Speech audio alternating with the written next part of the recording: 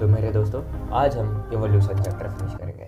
और नीट में भाई ये चैप्टर काफ़ी ज़्यादा क्वेश्चन रखता है। लाइक 3 से 4 क्वेश्चन एवरेज है, आता ही आता है। तो तुम्हारा 16 नंबर तक इस चैप्टर से जुगाड़ हो सकता है।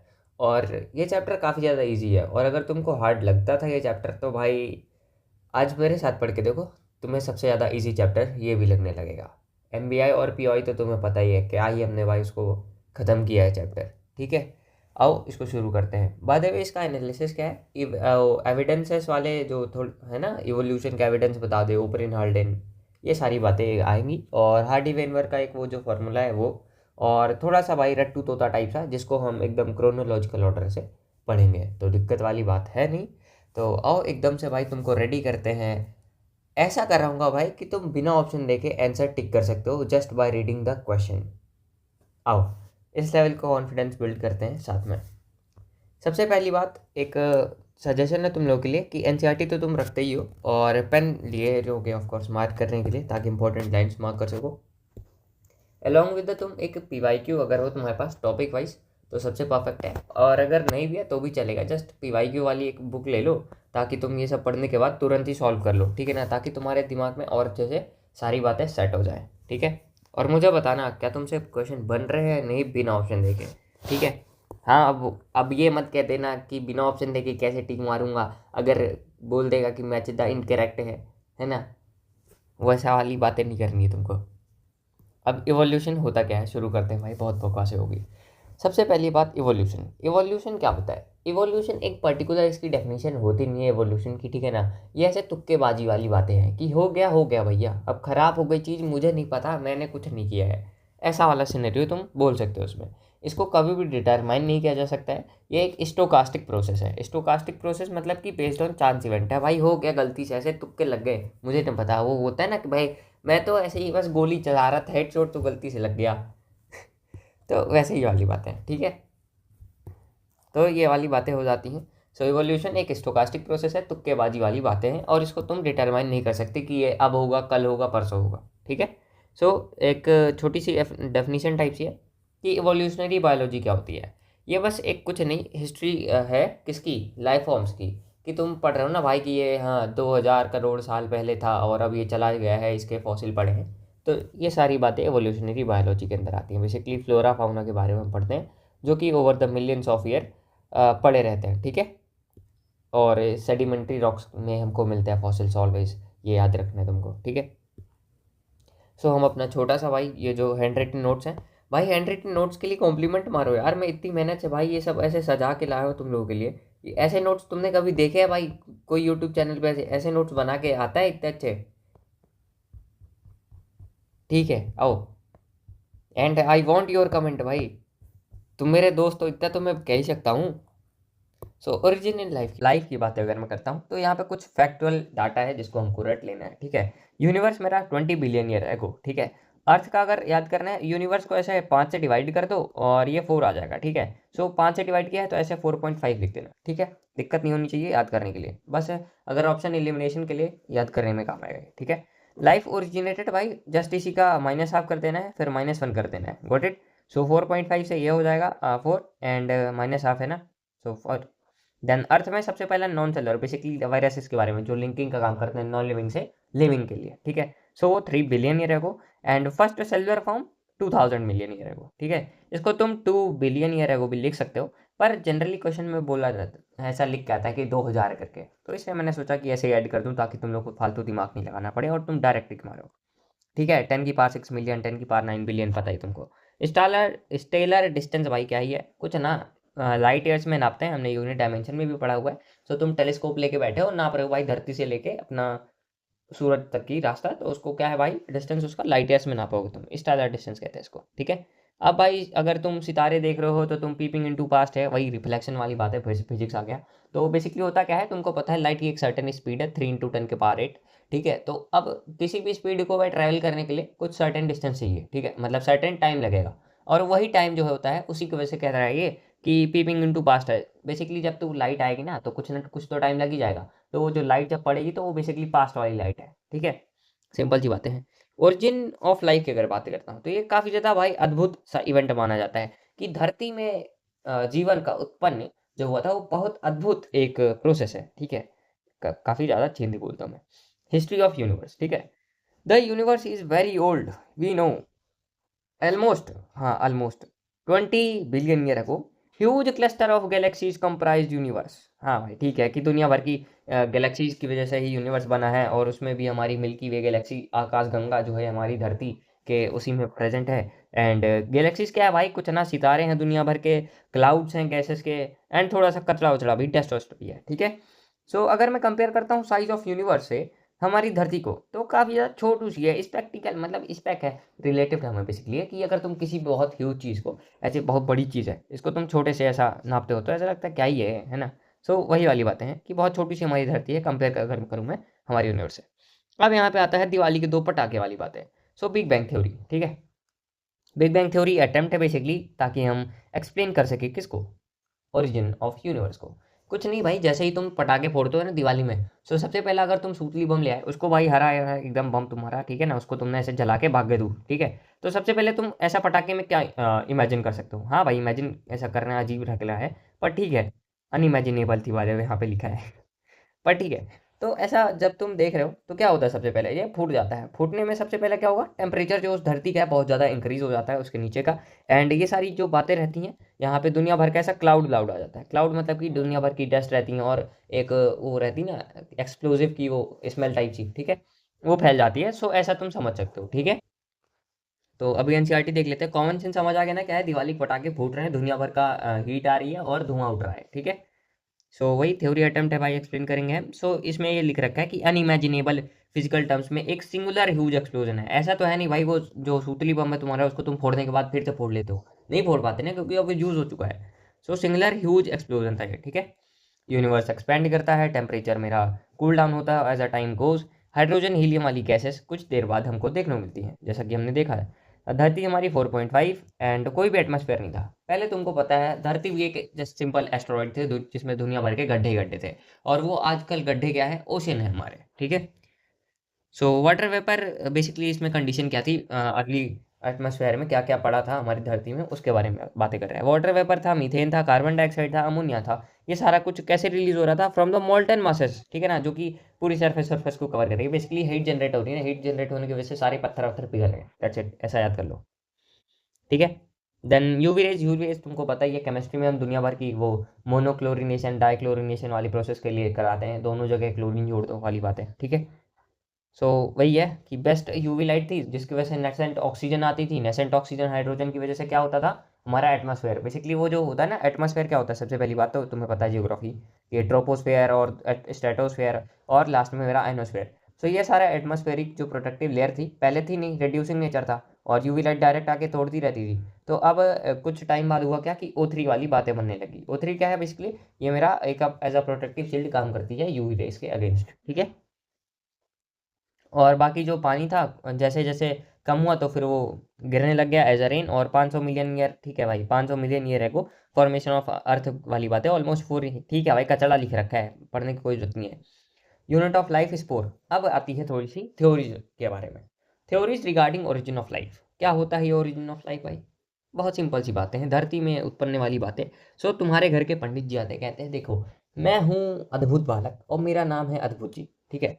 तो वो कहते हैं स्पेशल क्रिएशन थ्योरी होती है जहाँ पे भगवान आए थे, धरती 4000 साल पुरानी है, भगवान आए थे, डाइवर्सिटी वाली बातें जो थी वो उतनी रहेंगी और कोई भी अलग से बातें नहीं ऐड होंगी, ठीक है। सो एवोल्यूशन का बेसिकली कंसेप्ट ही भाई ऐसी तैसी मार दी इन्होंने। So all organism are created as such वाली बातें करती इन्होंने, ठीक है। सो तुम्हारे घर के पंडित जी आके तुम्हें क्या ज्ञान देते हैं, 4000 साल पहले मेरी बनी धरती।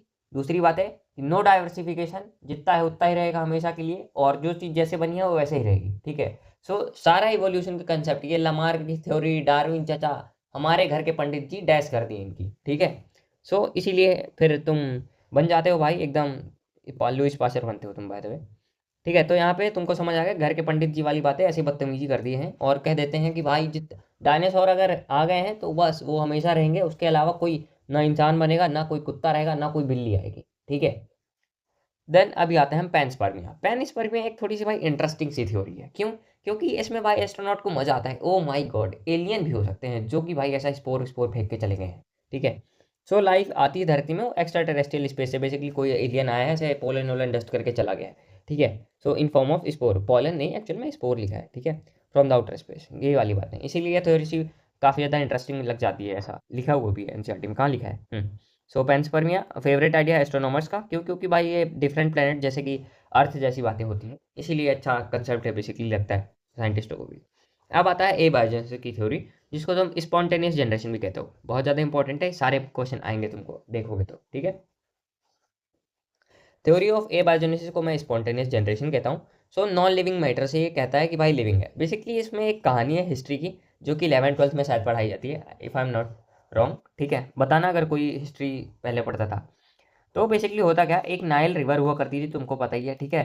सो उस यहाँ पे एक तुम्हारे छोटू जी थे, ठीक है ना। तो ये छोटू क्या करता था, ये छोटू को कुछ काम था नहीं भाई, नदी के किनारे जाता था पानी भरने। तो एक दिन इसने नोटिस किया कि यहाँ पे बस पत्थर ही पत्थर है, दुनिया भर का पानी है, कोई कीड़ा मकोड़ा कोई जानवर नहीं पड़ा है। पर अगले दिन जब ये बालक आता है तो देखता है, ओ भाई ये कहाँ से, ये केकड़ा कहाँ से आ गया यहाँ, ठीक है।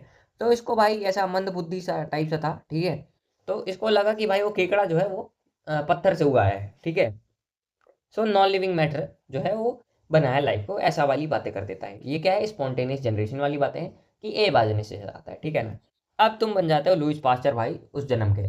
तो तुम कहते हो क्या मंदबुद्धि बालक है भाई, ये बायोजेनेसिस की थ्योरी, नॉन लिविंग से लिविंग, इसके हिसाब से तो 2 पंखे छोड़ दूं मैं, अगले दिन अगला पंखा आ जाएगा, खरीदने की जरूरत ही ना है, ठीक है। सो लुईस पास्चर कुछ नहीं भाई, मोरल साइंस में पढ़ा था मैं 8वीं कक्षा में कि ये लुईस पास्चर वो करते थे पास्चराइजेशन, दूध उबाल दो कीड़े मर जाएंगे, ठीक है। तो अब इनको भाई कीड़े मारने का बहुत ज़्यादा शौक था, ठीक है। तो कीड़े मार रहे हैं यहाँ भी, क्या कर रहे हैं, कंसेप्ट ऑफ बायोजेनेसिस का दे दिया, ए हटा दो, बायोजेनेसिस आ गया, ठीक है। So life comes from pre existing cells. मुझे कमेंट में बताओ तुम लोग कि ये वाली बातें तुमने कहाँ चुरा ली हैं, ठीक है। सो ये हमारा किसी सेल वाले चैप्टर में किसी चाचा ने बताई थी कि cell come from pre existing. यहाँ पे तुमने बोल दिया कि life come from pre existing cell, नहीं लाइफ ही बोल रखा है यहाँ पे, ठीक है, ठीक है। तो अब तुम क्या करते हो, कीड़े मारने की चुल मची है भाई, लेते हो एक सॉन नेक भाई, बकुले जैसी गर्दन वाला एक पॉट, ठीक है। सो हाँ भाई ऐसा ही है। तो तुमने क्या किया भाई, डिटॉल लेके इसको अच्छे से भाई धुल दिया। अब धुलने के बाद पूरा स्टरलाइजेशन कंडीशन हो गया, ठीक है, बैक्टीरिया का नामो निशान नहीं था, ठीक है। तो अब तुमने इसके अंदर डाल दिया एक मीट का टुकड़ा और एक सिंपल पड़ा रहा, सिंपल पड़ा रहा तो वो डिकम्पोज हो गया, उसको हटाओ साइड तुम, ठीक है। पर तुम जो स्टेराइल मार रखा था वो बस भाई ऐसे ही पड़ा रह गया, उसमें कोई कंडीशन कंडीशन नहीं हुई। तो इससे प्रूव हो जाता है कि नॉन लिविंग से कुछ नहीं आता है, ठीक है ना, वही वाली बातें हैं। सो ए बायोजेनेसिस की थ्योरी को तुम ऐसे रिलेट कर सकते हो कि तुमने जब स्टेराइल नहीं किया है तो वहाँ पे दुनिया भर के कीड़े आ गए हैं, कीड़े मतलब कि नई लाइफ का जनरेशन हो गया, ठीक है, ऐसा कहते हैं। पर जो मैंने तुमको बता दिया है वो सबसे बेस्ट थ्योरी है, ठीक है। सो कंसेप्ट ऑफ बायोजेनेसिस भी हमने देख लिया है, और एनसीईआरटी क्या कहती है हमारी, पेंसपर्मिया देख लिया है। लुईस पास्चर तुम ही हो भाई एकदम खतरनाक से, प्री स्टेराइज वही डिटॉल से धो दिया है, और कह रहा है भाई धरती मतलब वो जो प्री एग्जिस्टिंग वाली बातें हैं वो एक लाइफ से दूसरी लाइफ आ रही है, ठीक है। सो फ्लास्क को तुमने वही, और किल्ड ईस्ट को तुमने ऐसे कर दिया, तो स्पॉन्टेनियस जनरेशन वाली थ्योरी डिसमिस्ड मार दी, ठीक है। अब यहाँ पे एक मस्त क्वेश्चन भी बन जाता है। सो ओपरेन कहाँ से आता है और हर्ल्डन कहाँ से आता है, ये क्वेश्चन काफ़ी ज़्यादा पूछा जाता है, ठीक है। सो ओपरेन ऑफ रशिया और हर्ल्डेन फ्रॉम इंग्लैंड, ठीक है। हर्ल्डेन का में लास्ट में ई आ रहा है तो इंग्लैंड याद कर लो, और ओपरेन का तो तुम कॉमन सेंस लगा लोगे, ऑप्शन एलिमिनेशन ऑन टॉप, ठीक है। तो हमारे ओपरेन और हर्ल्डेन भैया जो थे, इनका ये कहना था कि जो pre existing non living organic molecules है, नॉन लिविंग ऑर्गेनिक मॉलिक्यूल्स, समझ रहे हो, मतलब कि ये भाई इनऑर्गेनिक केमिस्ट्री में घुस रहा है, ज़्यादा ही केमिस्ट्री हो रही है ना। मुझे भी लग रहा है क्या भाई, इसको केमिस्ट्री एक्सेप्शन इतना ज़्यादा पसंद आ रहे हैं, पक्का इसका रिलेशनशिप कुछ अलग ही है इनऑर्गेनिक केमिस्ट्री के साथ। सो आरएनए प्रोटीन प्रोटीन से बातें होती हैं, ठीक है ना, ये ध्यान रखना always. Non living organic, organic formation of life chemical evolution से हुई थी, यही वाली बातें करती थी। इन्होंने बेसिकली एक्सप्लेन कर दिया कि पहले क्या कंडीशन थी, बेसिकली जो हमने देखा ना यहाँ पे कि कैसा कैसा है, वही इन्होंने यहाँ पे उतार के कॉपी पेस्ट मार दिया है, ठीक है। तो इन्होंने थ्योरी दे दी इन्होंने, ठीक है। और इन 1953 एस एल मिलर आता है, जो कि एक अमेरिकन साइंटिस्ट है, ऑलवेज रिमेंबर इट। सारी कहाँ कहाँ से आ रहे हैं कंट्रीज का नाम याद कर लेना, क्योंकि ऐसे तुक्केबाजी में कभी कभार क्वेश्चन पूछ देता है, ठीक है। So similar condition laboratory scale में इन्होंने मार ली, ठीक है। सो ज्ञान देने वाले भैया हमारे ओपरेन हाल्डेन, और एक्चुअल में काम करने वाले हमारे मिलर जी, ठीक है, 1953, ऑलवेज रिमेंबर सन भी, ठीक है। सो इन्होंने क्या किया, इंपॉर्टेंट है एज सच। सो क्रिएटेड क्या क्या, इलेक्ट्रिक डिस्चार्ज वाला क्लोज्ड फ्लास्क में कंटेनिंग, ये सारी बातें करती, ठीक है ना। NH4 जैसी बदतमीजी अगर तुमको ऑप्शन में दिख जाए काट देना, ऑलवेज NH3 वाली बातें रहेंगी, ठीक है। Ammonia, water vapour with the 800 degree Celsius, formation of sugar nitrogenous bases होता है। देन पिगमेंट एंड फैट्स भी तुमको बाद में देखने को मिल जाते हैं। सो नॉन सेलुलर फॉर्म्स मेरा कब देखने को मिल रहा है, बेसिकली नॉन सेलुलर फॉर्म्स जो है वो ओरिजिनेट हुए होंगे 3 बिलियन ईयर अगो, 3BYA जो बता चुका हूँ ऊपर। सो जाइंट मॉलिक्यूल्स, ठीक है, ऑलवेज रिमेंबर जाइंट लिखा है, स्मॉल कर देगा बदतमीजी हो जाएगी। Giant molecules about RNA and protein, ठीक है। पॉलीसेकेराइड्स भी होते हैं जाइंट वाले, और कैप्सूल्स ऑफ सीलियो मॉलिक्यूल्स बनते हैं। और मेरा फर्स्ट सेलुलर मेरा 2000 मिलियन ईयर एगो, या फिर तुम इसको 2 बिलियन ईयर एगो भी कह सकते हो। क्वेश्चन में 2000 ही करके आएगा ज़्यादातर, ठीक है। Oparin from Russia, Haldane from England, theory of chemical evolution दी, जिन्होंने बताया कि इनऑर्गेनिक केमिस्ट्री से संबंध अच्छा है। CHON एलिमेंटल से ऑर्गेनिक वाले बन गए ammonia, amino acid, simple sugars, ठीक है। सो एसल मिलर आते हैं 1953 में, अमेरिकन थे। वही सारी कंडीशन जो इन्होंने ज्ञान बताया था उसको इन्होंने लेबोरेटरी में टेस्ट मान लिया कि चल भाई देखते हैं कितना तू पानी में, ठीक है। सो एसल मिलर भाई साहब गए तो थे इनका पानी निकालने, पर इन्हीं का पानी निकल गया। कैसे भाई, इनके पानी में क्या मिल गया दोस्तों, बहुत सही, amino acid and simple sugar, and then protein and fats भी लास्ट में मिल था, ठीक है। So primitive gases, methane, ammonia, NH3 always remember, H2O and water vapour और CO2 वाली कंडीशन डाल के। ऑक्सीजन की बदतमीजी अगर आ जाए तो काट देनी है, क्यों, क्योंकि रिड्यूसिंग एटमॉस्फेयर था, रिड्यूसिंग में ऑक्सीजन हो ही नहीं सकता है एटमॉस्फेयर में, ठीक है, सबको तोड़ ताड़ के जोड़ लेगा। सो एक मस्त सा क्वेश्चन आता है, ठीक है, कि ऑर्गेनिक मॉलिक्यूल से पहला लाइफ फॉर्म कैसे बन गया भाई, हाँ, कैसे, हाउ हाउ वायरस कैसे बन गया। तो ये भाई अभी तक नॉट येट नोन है भाई, तो फालतू दिमाग मत लगाओ। पर हाँ भाई, ऐसे कभी अगर मन कर जाए ना साइंटिस्ट बनने का, तो जाके थोड़ा दिमाग लगाना। इलेक्ट्रिक डिस्चार्ज में कुछ नहीं भाई, जो NCERT लिखी है, 800 डिग्री सेल्सियस में CH4NH3 है। वापस से बताया दे रहा हूँ, गलती मत करना NH4 से। H2O एंड H2O वाली बातें वाटर वेपर में है, और H2 गैसेस, ठीक है। यहाँ पे कुछ नहीं भाई, पानी उबालते थे चाचा जी हमारे, और पानी में ये सारी बातें होती थी। इलेक्ट्रोड से इन्होंने 800 डिग्री सेल्सियस का स्पार्क मारा, गैसेस जो थी उनकी ऐसी तैसी करके भाई वाटर वाटर जो था उसको कंडेंस करते थे पानी के अंदर। अब ये पानी कलेक्ट करते थे, तो पानी में इनके क्या मिलता था, बहुत सही, पानी निकालते हुए उनको पानी मिलता है, amino acid with the simple sugars, ठीक है। अभी आएगा मेरा theory of evolution. By the way diagram वायग्राम में कोई दिक्कत तो है नहीं, कुछ पूछने लायक अगर होगा तो कुछ नहीं, यहीं पे तुमको मार्क करने के लिए ये बस है कि वाटर कंटेनिंग ऑर्गेनिक कंपाउंड्स तुमको इस वैल पे मिलेंगे, और लिक्विड ट्रैप्ड रहता है, ठीक है। तो theories of evolution, theories of evolution क्या होता है, बहुत सही। सबसे पहले यूज एंड डिसोज वाले आते हैं, लमार्क भैया। लमार्क भैया थोड़े जिम गए थे, जिम गए मतलब कि देखो, अब आजकल तुम्हें भी भाई बॉडी बनाने का शौक तो हो गई कि जाता हूँ एकदम मसल वसल बनाता हूँ, तो तुम वहाँ पे क्या कर रहे हो, बहुत सही, हमारे लमार्क भैया की थ्योरी लगा रहे हो, यूज एंड डिसयूज। जितना ज़्यादा जो तुम एक्सरसाइज मारोगे, अगर तुम मान लो भाई आर्म्स की कर रहे हो, ठीक है, तुम्हारा बाइसेप एकदम मस्त फूला फूला सा लगता है, क्यों लग रहा है भाई, तुमने यूज किया है दबा के, इसलिए वो बड़ा हो रहा है, ठीक है। So inheritance of acquired character, inheritance की बातें नहीं करनी है दोस्तों, अभी एक्वायर्ड कैरेक्टर में रखो बस, ठीक है। तो वही यूज एंड डिसयूज वाली जो बातें हैं ये तो परफेक्ट थी, पर ये जो इनहेरिटेंस शब्द लगा लिया तो लमार्क भैया की थोड़ी सी बातें कैंसिल करनी पड़ गई, भले में मेरे को जिम विम पसंद है, ठीक है। तो लमार्क जी आप बहुत अच्छे थे, आपकी थ्योरी बहुत काम आती है जिम विम में, पर ठीक है इनहेरिटेंस आपको नहीं कहना चाहिए था, ठीक है। तो वही भाई एक चाचा थे हमारे जिन्होंने डिसअप्रूव कर दिया, साइंटिस्ट का नाम नहीं है, चिंता मत करो, एक साइंटिस्ट नहीं याद करना पड़ेगा तुमको, कॉन्ग्रेचुलेशन।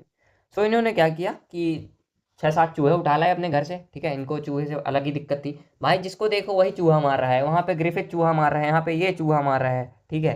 सो क्या भाई, चूहे की आते हैं टेल ही काट देते हैं बेचारा, बिना पूंछ का चूहा। तो अब ये बिना पूंछ का चूहा जो था, इनको भाई उनका रिप्रोडक्शन कराया, रिप्रोडक्शन में देखा अच्छा भाई इसका बच्चे के पास तो टेल आ गई, जबकि इसके पापा के पास थे ही नहीं, इसके मम्मी के पास थे ही नहीं, तो ये कैसे हो रहा है। सो इनहेरिटेंस वाली बातें कैंसिल हो जाती हैं, इनके अकॉर्डिंग क्या था कि ये जो बच्चा था उसके भी पूछ नहीं होनी चाहिए थी, ठीक है। सो लमार्क भैया की इतना ही ज्ञान था, ठीक है। Use and disuse of organ important है, बहुत आता है। Charles Darwin, natural selection. Natural selection में तुमको क्या लगता है कि भाई नेचर सेलेक्ट कर रही है, नेचर सेलेक्ट कर रही है मतलब कि इन्वायरमेंट का कुछ रोल है, इन्वायरमेंट जिसको सपोर्ट करेगी वही सेलेक्ट होगा, कॉमन सेंस, ठीक है। सो इसमें क्या है, हमारे डार्विन जो थे ये बेसिकली एक मैथूस ओथूस करके एक साइंटिस्ट था, उसका एक आर्टिकल था पॉपुलेशन के बारे में, उससे ये इंस्पायर हो गए थे, और ये गोला पोला आइलैंड में जाते हैं एकदम, ठीक है, HMS बीगल नाम के शिप से, ठीक है, वहाँ पे वो एडेप्टिव रेडिएशन मारते हैं, ठीक ठीक है। तो वहाँ पे भी वो नेचुरल सिलेक्शन ही देख रहे होते हैं, ठीक है। सो इनका ये कहना था कि रिप्रोडक्शन जो है कोई भी स्पीसीज का कोई भी ऐसा स्पीसीज का समझ रहे हो ना, वो अनलिमिटेड टाइम्स कर सकता है, इन्फिनिटी है, ठीक है ना। पर क्यों भाई पॉपुलेशन स्टेबल क्यों रहती है? क्योंकि रिसोर्स लिमिटेड है ना भाई। अब देख, जैसे अगर तुमने को शौक हो भाई डॉक्यूमेंट्री देखने का, तो तुम देखोगे भाई वो जियोलॉजिकल वाला था ना, एक आता था चैनल, मैं तो बचपन में बहुत देखता था कि उसमें भाई दुनिया भर के बच्चे आ रहे हैं, उसके बच्चे को वो लपेट ले रहा है, इसके बच्चे को वो लपेट ले रहा है। क्यों भाई? खाने की रिसोर्स लिमिटेड है, ठीक है। कंपटीशन दुनिया भर का है, इंटर स्पेसिफिक कंपटीशन। और natural selection survival of the fittest है, जो सबसे स्ट्रांग रहेगा और जो सबसे फिट रहेगा according to nature, according to natural selection वाली बात है, ठीक है। तो हो जाएगा। और डार्विन की फिटनेस वही है, रिप्रोडक्टिव फिटनेस वाली बातें करता है, ठीक है। डार्विन की फिटनेस क्या है? रिप्रोडक्टिव फिटनेस है, क्वेश्चन आता रहता है, ठीक है। तो अब इसका एग्जाम्पल दिखाने के लिए हमारे डार्विन भैया ने बोला कि हम देखते हैं इंडस्ट्रियल इवोल्यूशन को, ठीक है। तो अब तुम डार्विन हो, तुम अपनी ये थ्योरी बता दी है सबके आगे खड़े होके माइक वाइक लेके, तो अब इंडस्ट्रियल इवोल्यूशन का तुम ज्ञान बखान कर रहे हो, ठीक है। तो देखिए 1950 में, अरे सॉरी सॉरी, 1850 में होता क्या था कि हमारा धरती में, मतलब अमेरिका में क्या था, इंडस्ट्रियल तब नहीं था। सो हमारी धरती बहुत ज़्यादा सुंदर सुंदर हुआ करती थी। आप सभी को पता है बर्थवुड हुआ करती थी सफ़ेद कलर की, और उसके ऊपर सफ़ेद कलर के लाइकन उग जाते हैं, लाइकन वो मशरूम जैसे ऐसे इस स्पॉट्स रहते हैं ना। सो जहाँ पे भी तुमको अगर पेड़ के ऊपर ऐसा व्हाइट कलर के स्पॉट्स मिल जाएं ऐसा करके मशरूम जैसा इस टेक्सचर के, ठीक है, बेसिकली उगा नहीं रहता, 3D नहीं है वो, ऐसा 2D में ऐसा चिपका हुआ रहता है। सो वो लाइकन्स होते हैं, व्हाइट कलर के पैचेस, गाँव में देखे होगे तुम लोग। तो ये क्या रहते हैं, प्रेजेंट थे, तो वो जो रहता था तो मौत जो थे बेसिकली व्हाइट वाले, वो छिप जाते थे। छिपने का मतलब क्या था? कैमोफ्लाज मार जाते थे। किसकी वजह से? लाइकेंस की वजह से। लाइकेंस हमने कहाँ देखा है? बहुत सही, बायोलॉजिकल क्लासिफिकेशन, ध्यान दो। तो वहाँ पे बेसिकली SO2 पॉपुलेशन, वो पॉल्यूशन इंडिकेटर की तरह एक्ट करते थे। SO2 अगर मिल गया भाई मर जाएंगे, ठीक है। सो पॉल्यूशन नहीं रहना चाहिए, तो वाइट वाले कैमोफ्लाज मार देंगे। तो कोई अगर मान लो चिड़िया है, कोई ऐसा आ रहा है इनका प्रेडेटर, तो वो नहीं पकड़ पाता है ऐसे उड़ते हुए। नज़र भले चील की निगाहें तुम्हारी, पर फिर भी समझो मेरी बातें, ठीक है। तो वो बच जाते हैं क्योंकि कैमोफ्लाज मार जाते हैं। और ब्लैक वाले मेलेनाइज्ड थे, उनको लपेट दिया जाता था। सफ़ेद कलर में अलग ही काला चमकता है ना। अब तुम समझ रहे हो ना, सफ़ेद कलर का पहन लिया कपड़े, अब कोई गाड़ी वाला चला जाता कीचड़ उछाल के, तो पूरा सफ़ेद रहे कपड़ा, लेकिन नीचे भाई काला कैसे है, ठीक है। वही वाली बातें। आफ्टर अगर 1920 की बात करता हूँ, सो काला मौत बेसिकली इंडस्ट्रियल इवोल्यूशन दुनिया भर का हुआ, SO2 आई, दुनिया भर का कचड़ा ही कचड़ा काला काला हो गया, ठीक है। तो ब्लैक मौत वाले जो थे वो नेचुरली सेलेक्ट हो गए, पॉल्यूशन इंक्रीज होने की वजह से सब काला काला हो गया, और लाइट वाले फिर मरने लग गए, ठीक है, 1920 में। सिंपल सी बातें हैं। अभी यहाँ पे NCERT क्या कह रही है कि थ्योरी ऑफ स्पेशल क्रिएशन वाली हमने देख ली है, उसके तीन क्या है भाई, ठीक है, अंग्रेजी लिखी हुई है। 3 कॉनोटेशन है, ऑल लिविंग स्पेशल टाइप के as a created as such एच, और there is dash and dash on 19th century. Basically ये जो स्पेशल क्रिएशन थ्योरी वाली जो कचड़ा था ना, ये मैंने तुमको यहाँ पे करा दिया है ताकि सारी थ्योरीज फिनिश कर दूँ मैं ऊपर ही, ठीक है। देन ये अर्थ से 4000 साल पुराना है। चार्ल्स डार्विन आता है, existed from the similarities of degree विग्री बताता है, ज्ञान देके चला जाता है, ठीक है। इंपॉर्टेंट नहीं है, याद मत करो, ना ही रीड करो, चल जाएगा। इसको 100% रीड कर लेना बस, ठीक है। ये सारी बातें हो जाती हैं। देन यहाँ पे हरी वाली लाइन इंपॉर्टेंट है, सारी मार्क करो, कि ऐसे करेक्टरिस्टिक जो कि भाई इनेबल करते हैं कुछ सर्वाइवल, वही नेचुरल कंडीशन के लिए, जैसे क्लाइमेटिक, फूड, फिजिकल फैक्टर्स, ये सारी बातें जो हैं आउटरीड करती हैं और सारा जो है सर्वाइवल को सपोर्ट मारेंगी, ठीक है। तो अगर मैं दूसरे शब्दों से कहूँ कि ऐसा ऑर्गेनिज्म जो कि नेचर के लिए एकदम परफेक्ट है, फिट है, वही करेगा सब कुछ, ठीक है। सो सर्वाइव करेगा बेटर, जो कि सारी कंडीशन में अडेप्ट कर लेगा, ठीक है, अकॉर्डिंग टू डार्विन। और यही अल्टीमेटली और उसकी रिप्रोडक्टिव फिटनेस है, ठीक है। सो डार्विन की एक अल्टीमेटली रिप्रोडक्टिव फिटनेस क्या है? वो ओनली रिप्रोडक्टिव फिटनेस है, ठीक है, दैट इट। सो ऐसा एजर्शन बना सकता है वो कि अकॉर्डिंग टू डार्विन, कौन सा? ओनली ओनली ओनली लिखा है ना, इसलिए ध्यान देना है, रिप्रोडक्टिव फिटनेस ही थी और अल्टीमेटली भी, ठीक है। तो ऐसा परेशान नहीं होना है। अभी आता है एक अल्फ्रेड वलास करके, ठीक है ना। अल्फ्रेड वलास भी एक अच्छा आदमी था, इसके पास दूसरी शिप थी, और उस शिप का नाम तो नहीं लिखा है यहाँ पे। पर जैसे हमारे वो डार्विन का फेवरेट आइलैंड गोलापोला, मतलब गोलापोगाज आइलैंड था उसका, उसको मैं गोलापोला कहता हूँ प्यार से, ठीक है। सो इनका भाई ये अलग ही है भाई, मलाई वलाई, मलाई आर्कीपिलागो, ठीक है। ये यहाँ जाते थे और सेम कंक्लूजन में पाया कि बेसिकली जो फिटेस्ट है वो ज़्यादा सर्वाइव कर रहा है, ठीक है। सो डिफरेंट टाइम पीरियड, ये सारी बातें हैं, एराज और थे, ठीक है। अभी evidence of evolution, most important topics पिछले 10 साल में 14 से 15 क्वेश्चन, ठीक है। पैलेंटोलॉजिकल एविडेंस, कुछ नहीं भाई, पैलेंटोलॉजिकल, ऐसा लग रहा है ना पेरेंट के बारे में बात कर रहे हैं, रिमेन्स के बारे में, कि भाई क्या क्या ऐसे सेडिमेंट्री रॉक्स में हमको पड़ा हुआ मिला है।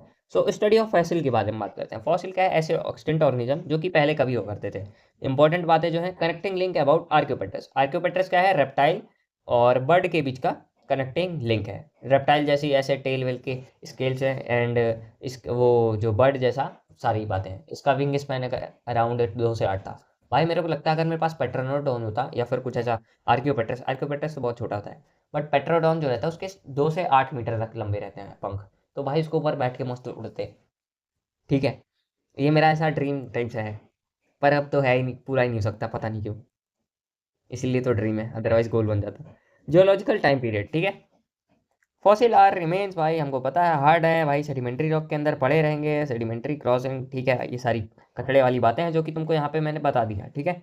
स्टडी ऑफ फॉसिल ऑलवेज भाई डिफरेंट टाइप्स की सेडिमेंट्री है। बाय द वे, अगर मैं तुमको बताऊं कि तुम कैसे डिटरमाइन करोगे कौन सा फॉसिल कितना पुराना है, बहुत सही, जो जितना ज़्यादा नीचे दबा हुआ रहेगा मतलब वो पहले मरा था, मतलब कि वो ज़्यादा पुराना है। ऊपर वाला बाद में मरा है, बाद में रहेगा, ठीक है। सो उसकी एज कम रहेगी कंपेरेटिवली टू नीचे वाला, ऐसे ही। और एक और तरीका है भाई, कार्बन डेटिंग कर लो। कार्बन डेटिंग क्या होती है? कुछ नहीं भाई, रेडियो एक्टिव वाली बातें कर लो, उसमें यूरेनियम का कंटेंट कर लो। बेसिकली हर एक उसमें जो रहता है यूरेनियम का थोड़ा बहुत कंटेंट रहता है, तो जिसमें ज़्यादा रहेगा वो ज़्यादा एज का होगा, जिसमें कम रहेगा वो कम एज का होगा, ठीक है। तो ऐसा कॉमन सेंस लगाने वाली बात है, पेलेंटोलॉजिकल एविडेंस, ठीक है। अभी ये भी इंपॉर्टेंट है, ध्यान देना है। एम्ब्रियोलॉजिकल सपोर्ट ऑफ इवोल्यूशन, ठीक है। यहाँ पे क्या आएगा? एक वो आएगा अंस्ट हैकेल। अंस्ट हैकेल का भाई दुश्मन कार्ल एर्नस्ट भाई, अर्नस्ट वॉन बारर बेरर, ठीक है। Was proposed by the Ernst Hückel. भाई ये क्या कहते थे? एम्ब्रियोलॉजिकल एविडेंस, देखो। सो अर्नस्ट हैकेल क्या करता था भाई? अपने पिताजी के सामने ज्ञान बताता था एम्ब्रियोलॉजी का। फादर ऑफ एम्ब्रियोलॉजी हमारे वॉन बेरर भाई साहब, इनके आगे बता रहा है कि मैं एम्ब्रियोलॉजी में देखा हूँ कि ऑन्टोलॉजी, बेसिकली ये कचड़ा वाली अंग्रेजी लिखी है, फिर भी देख लो। बायोजेनेटिक लॉ था, पहले अंग्रेजी साफ करते हैं। रिकैपिटुलेशन की थ्योरी है, या फिर तुम इसको कह सकते हो ऑन्टोजेनी रिपीट करती है फाइलोजेनी को। ऑन्टोजेनी क्या है भाई? एम्ब्रियो मतलब जाइगोट का डेवलपमेंट जो है वो रिपीट कर रहा है एवोल्यूशनरी हिस्ट्री को। ये कैसे हो सकता है? बेसिकली ये चाहता थे, ये कहते थे ये जो एम्ब्रियो है तुम्हारा, इसके अंदर तुमको सारी कंडीशन जो कि एक इवोल्यूशन होते टाइम हो रहा था, वो सारा इसके अंदर कंटेन करता है, ह्यूमन का और सारे एनिमल्स का। तो ये बातें कैंसिल हो जाती हैं, क्यों? क्योंकि भले भाई तुमको गिल स्लेट बचपन में मिला था, इसका मतलब ये थोड़ी ना है कि तुम कह दोगे कि हाँ भाई सब कुछ इवोल्यूशनरी होता है, कि पहले पानी में है तो पानी के लिए गिल स्लेट बन गया, फिर पानी की जरूरत नहीं है तो वो हट गया, ऐसी बातें ये करके चले गए थे। तो यह इनके पापा जी कार्ल अर्नस्ट वॉरेन, फादर ऑफ एम्ब्रियोलॉजी, तुम भूलना नहीं कभी भी इनका नाम, ठीक है। सो ताकि तुम अर्नस्ट हैकेल की डैश कर सको, ठीक है। सो वही वाली बात है, इन्होंने बोला कि पापा के सामने ज्ञान देगा ऐसा करके। तो कार्ल एंड वॉन बेरर भैया बोलते हैं कि मैं हूँ पापा किसका? एम्ब्रियोलॉजी का, ठीक है। सो ये वाली बातें हो जाती हैं। सो हैकल बेस्ड ऑन द ऑब्जर्वेशन, ये सारे इंपॉर्टेंट है। सो मार्क करो और ध्यान से देखो। भाई अंश हैकल क्या कहता है कि वो ऑब्जर्व करता है क्या, कि कुछ फीचर्स जो हैं एम्ब्रियोनिक स्टेजेस में वो कॉमन है हर एक वर्टिब्रेट में, जो कि एब्सेंट है भाई किसमें? एडल्ट के अंदर, ठीक है। एम्ब्रियो किसी भी वर्टिब्रेट्स का लो, ऑल ऑल वर्टिब्रेट्स, अगर कुछ नॉन इनवर्टिब्रेट कर देगा गलत हो जाएगा, ध्यान देना यहाँ पे, ठीक है। एम्ब्रियो अगर किसी भी वर्टिब्रेट्स का, सारे वर्टिब्रेट्स का इंक्लूडिंग ह्यूमन, डेवलप करेगा एक row of vestigial gill slits just behind the head.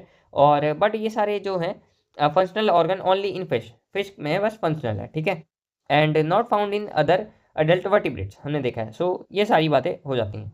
तो अब ये जो भैया ज्ञान दे के चले गए थे हमारे अनसेगल, इनका जो था इनको डिसअप्रूव कर दिया था by the Karl Ernst von Baer. He noted that embryo never passes through the adult stages of other animal, ठीक है ना, जैसे अदर एनिमल्स का नहीं होता है। सो ह्यूमन का लेकिन इन्होंने ऑब्जर्वेशन दे दी थी। और हमारे कार्ल भैया कहते हैं फादर हूँ मैं बताता हूँ सारे एनिमल्स के बारे में, ठीक है। तो अगर तुमने AR के सर्वाइवल इवॉल्व का नाम सुना हो, ठीक है, ये एक छोटू सा गेम है जो कि डायनासोर के बेसिस पे है। और ये मैं बेसिकली खेला तो नहीं हूँ, पर हाँ कभी कभार मैं ऐसे ही देख लेता था, ठीक है। तो वहाँ पे मेरे को डायनासोर के बारे में अच्छी समझ है। सो ट्राइसेराटॉप्स कुछ नहीं भाई, वेजिटेरियन डाइट फॉलो करता था और दुनिया भर के सींग से लपेट देता था, अच्छा खासा हाइट का था। इसके बाद टायरानोसोरस रेक्स, टी-रेक्स भाई, एकदम अलग सही, ड्रैगन लाइक टूथ रहते हैं इसके, 20 फीट का रहता है, लपेट देता है। आर्क्योपेट्रस इंपॉर्टेंट है, ध्यान देना है। ये कनेक्टिंग लिंक है रेप्टाइल प्लस बर्ड का, कुछ ऐसा दिखता था ये, ठीक है। बहुत छोटा सा था, तुम उसको ऐसे कंधे में बैठा सकते हो, ठीक है। स्टेगोसॉरस, स्टेगोसॉरस में कुछ नहीं भाई, ऐसे स्केल्स रहते थे बड़े बड़े, एकदम हार्ड से रहते थे। एक पूंछ मारेगा डैश हो जाएगी भाई उस जगह की, ठीक है। ओके। देन ब्रेकियोसॉरस, ब्रेकियोसॉरस ये भाई इतना ज़्यादा वेजिटेरियन, इतना ज़्यादा बड़ा डायनासोर है भाई कि तुम इमेजिन नहीं कर सकते, इसके सामने तुम चूहे की हाइट के भी नहीं रहोगे, ठीक है। इमेजिन करो इतना बड़ा है ये, ठीक है। सो एविडेंस ऑफ इवोल्यूशन के बारे में बात करते हैं। अब एविडेंस से भी काफ़ी ज़्यादा क्वेश्चन आ रहे हैं, ठीक है ना, बेसिकली अभी बताया 15 बार, तो उसके लिए भी देखते हैं। सो कंपैरेटिव एंड मॉर्फोलॉजी एनाटॉमी, तो अभी एविडेंसेस के बारे में बात करते हैं इवोल्यूशन का। इसमें क्या रहेगा, मॉर्फो और एनाटॉमी का थोड़ा सा हम कंपेयर करके बोलते हैं। सो होमोलोगस ऑर्गन क्या होता है?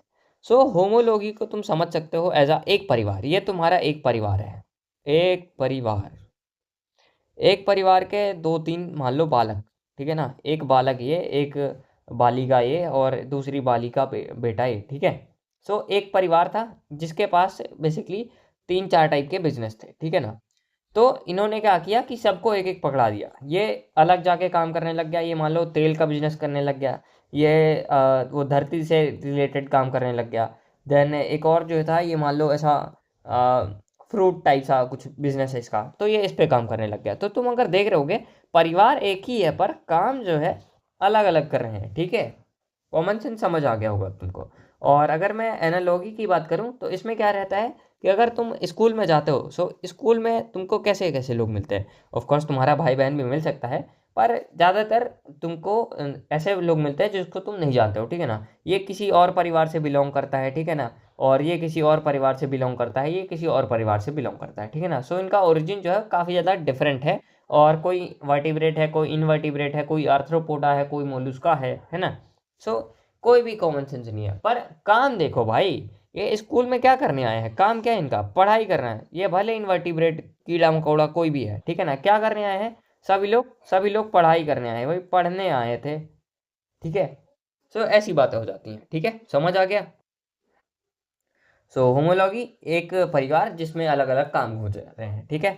So same ancestry common origin, मतलब कि कॉमन ओरिजिन में कैसी बातें होंगी, बहुत सही, जैसे सारे मैमल्स हो गए, ऑल मैमल्स हो गए, ऐसे टाइप के।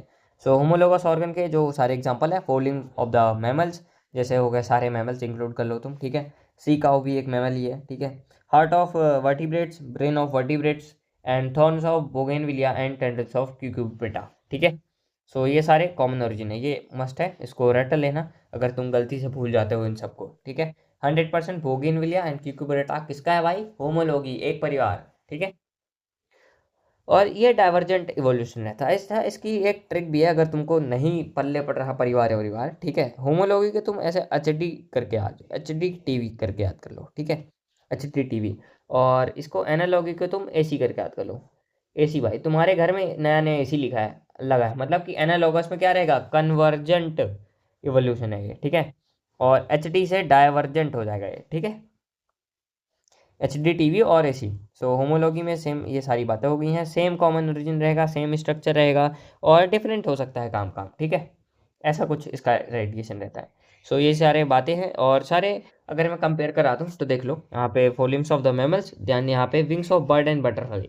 बर्ड कहाँ भाई मेरा वर्टिब्रेट्स के अंदर, बटरफ्लाई कहाँ भाई आर्थ्रोपोडा वाली कीड़ा, ठीक है। देन ये पेंगुइन कहाँ भाई, एक वो बर्ड होती है, तितली क्यों कह रहा हूँ मैं, बर्ड होती है पेंगुइन, तुमको पता ही होगा। और डॉल्फिन्स बेसिकली मैमल टाइप से, ठीक है। सो बर्ड को मैमल से कहाँ मैच करा रहा है ना, कुछ भी हो रहा है, ठीक है। पर काम क्या है भाई, हिप वो है, तैरने में ही आएंगे, ठीक है। अगर मैं आइस की बात करता हूँ, ऑक्टोपस ये मोलुस्का वाला है ना, हाँ मोलुस्का का। और मैन भाई आंखें काम एक ही कर रही हैं पर अलग अलग है भाई, वर्टिब्रेट है मोलुस्का। पोटैटो का भाई स्टेम मॉडिफिकेशन है, स्वीट पोटैटो का रूट मॉडिफिकेशन है, ठीक है। सो इसीलिए तुमको स्वीट पोटैटो जो है ना, ऐसे ही थोड़ी सी मिट्टी साइड करने पे मिल जाता है स्वीट पोटैटो। वेरएस पोटैटो के लिए तुमको पूरी भाई मिट्टी खोदनी पड़ जाती है, निकल जा भाई अब तो निकल जा, ठीक है। ऑलवेज रिमेंबर कि वो स्टेटमेंट में ऐसी बदतमीजी कर सकता है कि रूट को मॉडिफिकेशन इधर डाल देगा, स्टेम को इधर डाल देगा, और सारा स्टेटमेंट सेम रहेगा। तो ध्यान देना है कि पोटैटो मेरा स्टेम का है, स्वीट पोटैटो मेरा रूट का है। जल्दीबाजी बिल्कुल भी नहीं करनी है, बदतमीजी नहीं करनी है ऐसे स्टेटमेंट्स पे, ध्यान देना है, ठीक है। सो एनालॉगी में ओरिजिन मेरा डिफरेंट रहेगा, फंक्शन मेरा सेम रहेगा, डिफरेंट स्पीसीज करेंगी सेम फंक्शन, ठीक है। एक स्कूल में अलग अलग लोग सेम पढ़ाई करने आ रहे हैं, ठीक है। होमोलॉगी में origin same, function different, different species same function. सारी बातें एनसीईआरटी के इंक्लूडेड कर दी हूँ मैं तुमको। अब यहाँ से क्वेश्चन तुम 100% सही करोगे, चाहे वो कहीं से भी आए, ठीक है। वेल बैट चीता ह्यूमंस ऑल मैमल, ठीक है भाई, सिमिलरिटीज बोन फोर लिम्स का ये फंक्शन वंक्शन है, सिमिलर एनाटॉमिकली स्ट्रक्चर रहेंगे, डाइवर्जेंट इवोल्यूशन है, इसका मतलब होमोलोगस स्ट्रक्चर है, ठीक है। सो वर्टिब्रेट्स हार्ट ब्रेन का ले लो तुम, thorns of bougainvillea and cucurbita of tendril, ठीक है। एनालॉगी रिफर करती है किसको भाई, सिचुएशन एग्जैक्टली अपोजिट भाई, उल्टा पूरा, ठीक है। जैसे बटरफ्लाई का विंग, बर्ड लाइक सेम है पर एनाटोमिकली अलग अलग स्ट्रक्चर है, कहाँ पे उस पर बोन अच्छे खासे प्रेजेंट है, ठीक है। एनाटोमिकली स्ट्रक्चर जो है डिफरेंट है और परफॉर्म करेगा सिमिलर फंक्शन, ठीक है, स्कूल वाली बात है। और एसी से तुमको याद हो जाएगा कन्वर्जेंट है, ठीक है। ऑलवेज रिमेंबर, थॉर्न्स है तो बोगेन, थॉर्न्स है तो बोगेन, एंड टेंड्रिल है तो क्यू बेटा, ठीक है। सिंपल सी बातें हैं। Then eyes of octopus and mammals, ठीक है। फ्लिपर्स, यहाँ पे मैं एच क्यों लिखा हूँ भाई, ये फ्लिपर हुआ, FLI, ठीक है। अंग्रेजी मैनेज मार लेना यार, तुम लोगों ने नोटिस भी नहीं किया वहाँ पे मैंने ही पर लिखा था, ठीक है। So penguin and dolphins, similar habitat है भाई, दैट इज रिजल्टेंट है, ठीक है, सिमिलर एडेप्टिव फीचर है, एंड दस ये सारी बातें होती हैं और तुमको समझ ही आ गया होगा। रूट का मॉडिफिकेशन रहता है किस में, बहुत सही। और इस टाइम का मेरा पोटैटो में, रूट का स्वीट। अभी ये यहाँ पे मस्त सी बातें हैं, यहाँ से अगर स्टेटमेंट बनता है तो मैं 100% बता रहा हूँ कि आधा से ज़्यादा बच्चे इसको मिस मार देंगे। क्यों भाई, कि इसमें ये लिखा है इन द सेम लाइन भाई, ऐसा है कि मोलिकुलर एविडेंसेस के बारे में ये है कि सिमिलैरिटीज जो है प्रोटीन का और जीन का, ये परफॉर्म करे होंगे given function among the diversify organism, और ये भाई सेम क्लू देता है किसका, कॉमन एंसेस्ट्री का, ठीक है। सो मॉलिकुलर लेवल का एविडेंस जो है वो कहाँ से तुमको मिल रहा है, प्रोटीन्स जीन्स पे, ठीक है। और यही तुमको क्लू दे रहा है कॉमन एंसेस्ट्री के बारे में, और ये डाइवर्सिफाई ऑर्गेनिज्म भरे हो सकते हैं, ठीक है। सो ये वाली जो स्टेटमेंट है ये मोस्टली मिस कर देते हैं बहुत सारे लोग। सो मैंने ऐसा भाई, ठीक है, ये सेलेक्टेड प्लांट प्लांट को हमने किया है सिक्योरिटी और एग्रीकल्चर हॉर्टिकल्चर के अकॉर्डिंग, हमने एक से सेलेक्टिव ब्रीडिंग कराई है। जैसे अगर मैं बात करूँ ब्रीडिंग प्रोग्राम्स में, इंटेंसिव ब्रीडिंग प्रोग्राम में सबसे पहला हमने एक कुत्ते की बनाई है ब्रीड, जो कि हमारे लिए प्रोटेक्टिव का काम करेगी, ठीक है। बेसिकली भेड़ बकरियां जो है ऐसे न चुरा ले जाए भेड़िया, ऐसा करके, ठीक है। सो यहाँ पे देख सकते हो मैन चीता वीता सबके हाथ वाथ कैसे हैं, और बैट वैट के बारे में अगर तुम देख रहोगे सबका हाथ तुमको बहुत ज़्यादा सिमिलर दिख रहा होगा, ठीक है। बस साइज अलग है तो साइज से क्या ही मतलब है, ठीक है। तो ये सारी बातें हो गई, कुत्ते के बारे में बात कर ली हमने, उसका इंटेंसिव ब्रीडिंग प्रोग्राम में हमने ब्रीड व्रीड क्रिएट की है भाई, और वो डिफरेंट रहेंगी of course from the other breeds. Observation support by evolution क्या है, एनालॉगस के लिए फिर से देख लो, डिफरेंट है ये सारी बातें, स्ट्रक्चर डिफरेंट रहेगा due to convergent evolution, similar function, wings wings हैं, और वो फ्लिपर फिर से ही पर, भाई ये क्या जोड़ दिया हूँ क्या मैं, ठीक है। फ्लिपर्स वाली बातें होती हैं यहाँ पे, ऐसे जुड़ रहा होता है, ठीक है। सो ये सारी बातें बिफोर इंडस्ट्रियलाइजेशन आफ्टर इंडस्ट्रियलाइजेशन मौत वाली बातें भी हमने कर दी हैं यहाँ पे, ठीक है।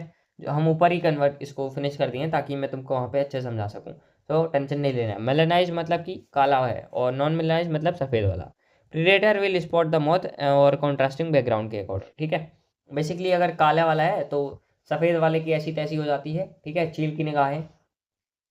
सो अभी आता है एवोल्यूशन बाय एंथ्रोपोजेनिक एक्शन में मैन मेड वाली बातें आती हैं। जैसे अगर तुम देख रहोगे कोई भी अगर मॉस्किटो है उसके अंदर एंटी वाली जो है एंटी रेजिस्टेंट प्रॉपर्टी जो है काफ़ी लेट आने वाली थी, पर तुमने इतना भाई वो मच्छर वाली अगरबत्ती एंड ऑल आउट वाली बातें यूज़ की कि भाई अब आजकल मच्छरों के जीन्स जो है ना बहुत ज़्यादा जल्दी अडेप्ट कर रहे हैं ऐसी कंडीशन को, इसीलिए ढीठ मच्छर हो गए हैं। इसीलिए तुम ऐड में देखते होगे कि ये ढीठ मच्छरों का इलाज ये है, ठीक है।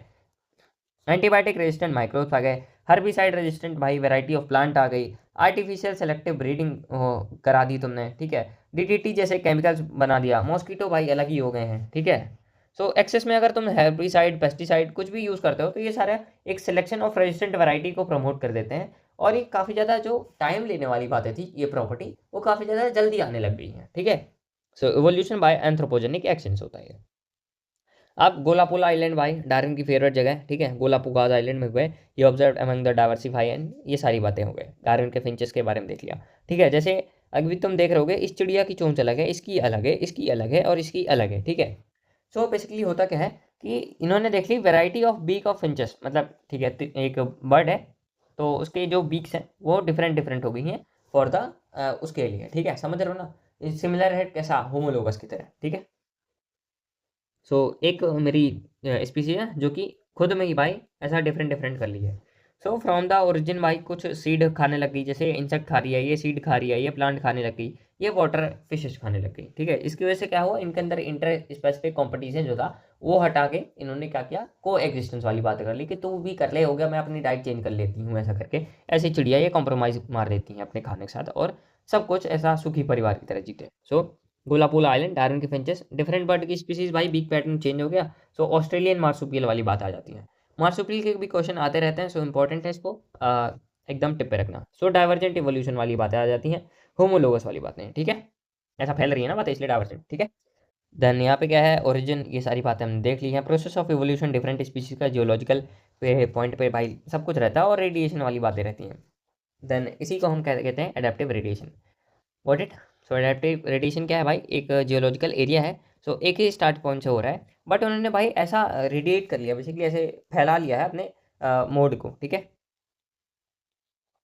इसीलिए एडेप्टिव रेडिएशन। डार्विन के फिंचेस बेस्ट एग्जांपल है इस फिनोमेना को एक्सप्लेन करने के लिए, और दूसरा एग्जांपल है मेरा ऑस्ट्रेलियन मार्सुपियल्स के लिए, ठीक है। सो एग्जांपल ऑस्ट्रेलियन मार्सुपियल्स के साथ एक डार्विन के फिंचेस भी लिख सकते हो, यहाँ पे लिखा ही होगा, ठीक है। सो क्या हो रहा है कि भाई भले कॉमन है, पर एकदम रेडिएशन मार लिया है भाई लोगों ने, ठीक है, ताकि अच्छे से जी पाए। So adaptive radiation marsupial of Australia, ठीक है, ध्यान देना, अमेरिका अमेरिका नहीं करना है, ऑस्ट्रेलिया ये, ठीक है। शुगर ग्लाइडर, ये बहुत छोटू सा है ऐसा, ये उड़ने के काम में आता है इसके, ये ठीक उड़ने का नहीं, बेसिकली ग्लाइड करने के काम में आते हैं, ठीक है। So banded eater, marsupial rats, kangaroo, wombat, bandicoot, koala, marsupial moles and Tasmanian wolf, Tasmanian wolf important है, टाइगर कैट, ठीक है। अब कन्वर्जेंट इवोल्यूशन कैसे बन जाता है, कन्वर्जेंट इवोल्यूशन में जैसे दो एडेप्टिव रेडिएशन को अगर तुम लेते हो तो कन्वर्जेंट इवोल्यूशन ही है बेसिकली। जैसे मान लो एक बर्ड है, एक मैमल है, ठीक है ना, इसमें क्या है, एक बर्ड यहाँ पे, एक बर्ड यहाँ पे है, एक बर्ड यहाँ पे भी है, एक बर्ड यहाँ पे भी है, ठीक है ना, मतलब कि यहाँ की कंडीशन जो है इन्वायरमेंट की वो सेम है, ठीक है ना, और स्पीसीज भले एक बर्ड है एक मैमल है, पर इन्वायरमेंट किसको सपोर्ट करती है, जो कि फिट रहता है उसके अकॉर्डिंग। तो इन दोनों की जो बातें हैं, बर्ड 3 और मैमल 3 की, ये काफ़ी ज़्यादा सिमिलर रहेंगी, क्योंकि इन्वायरमेंट उसी को अडेप्ट करेगा जो कि उसके अकॉर्डिंग की नीड सेटिस्फाई करेगा, ठीक है। सो यहाँ पे क्या हो जाता है, कन्वर्जेंट इवोल्यूशन, ठीक है।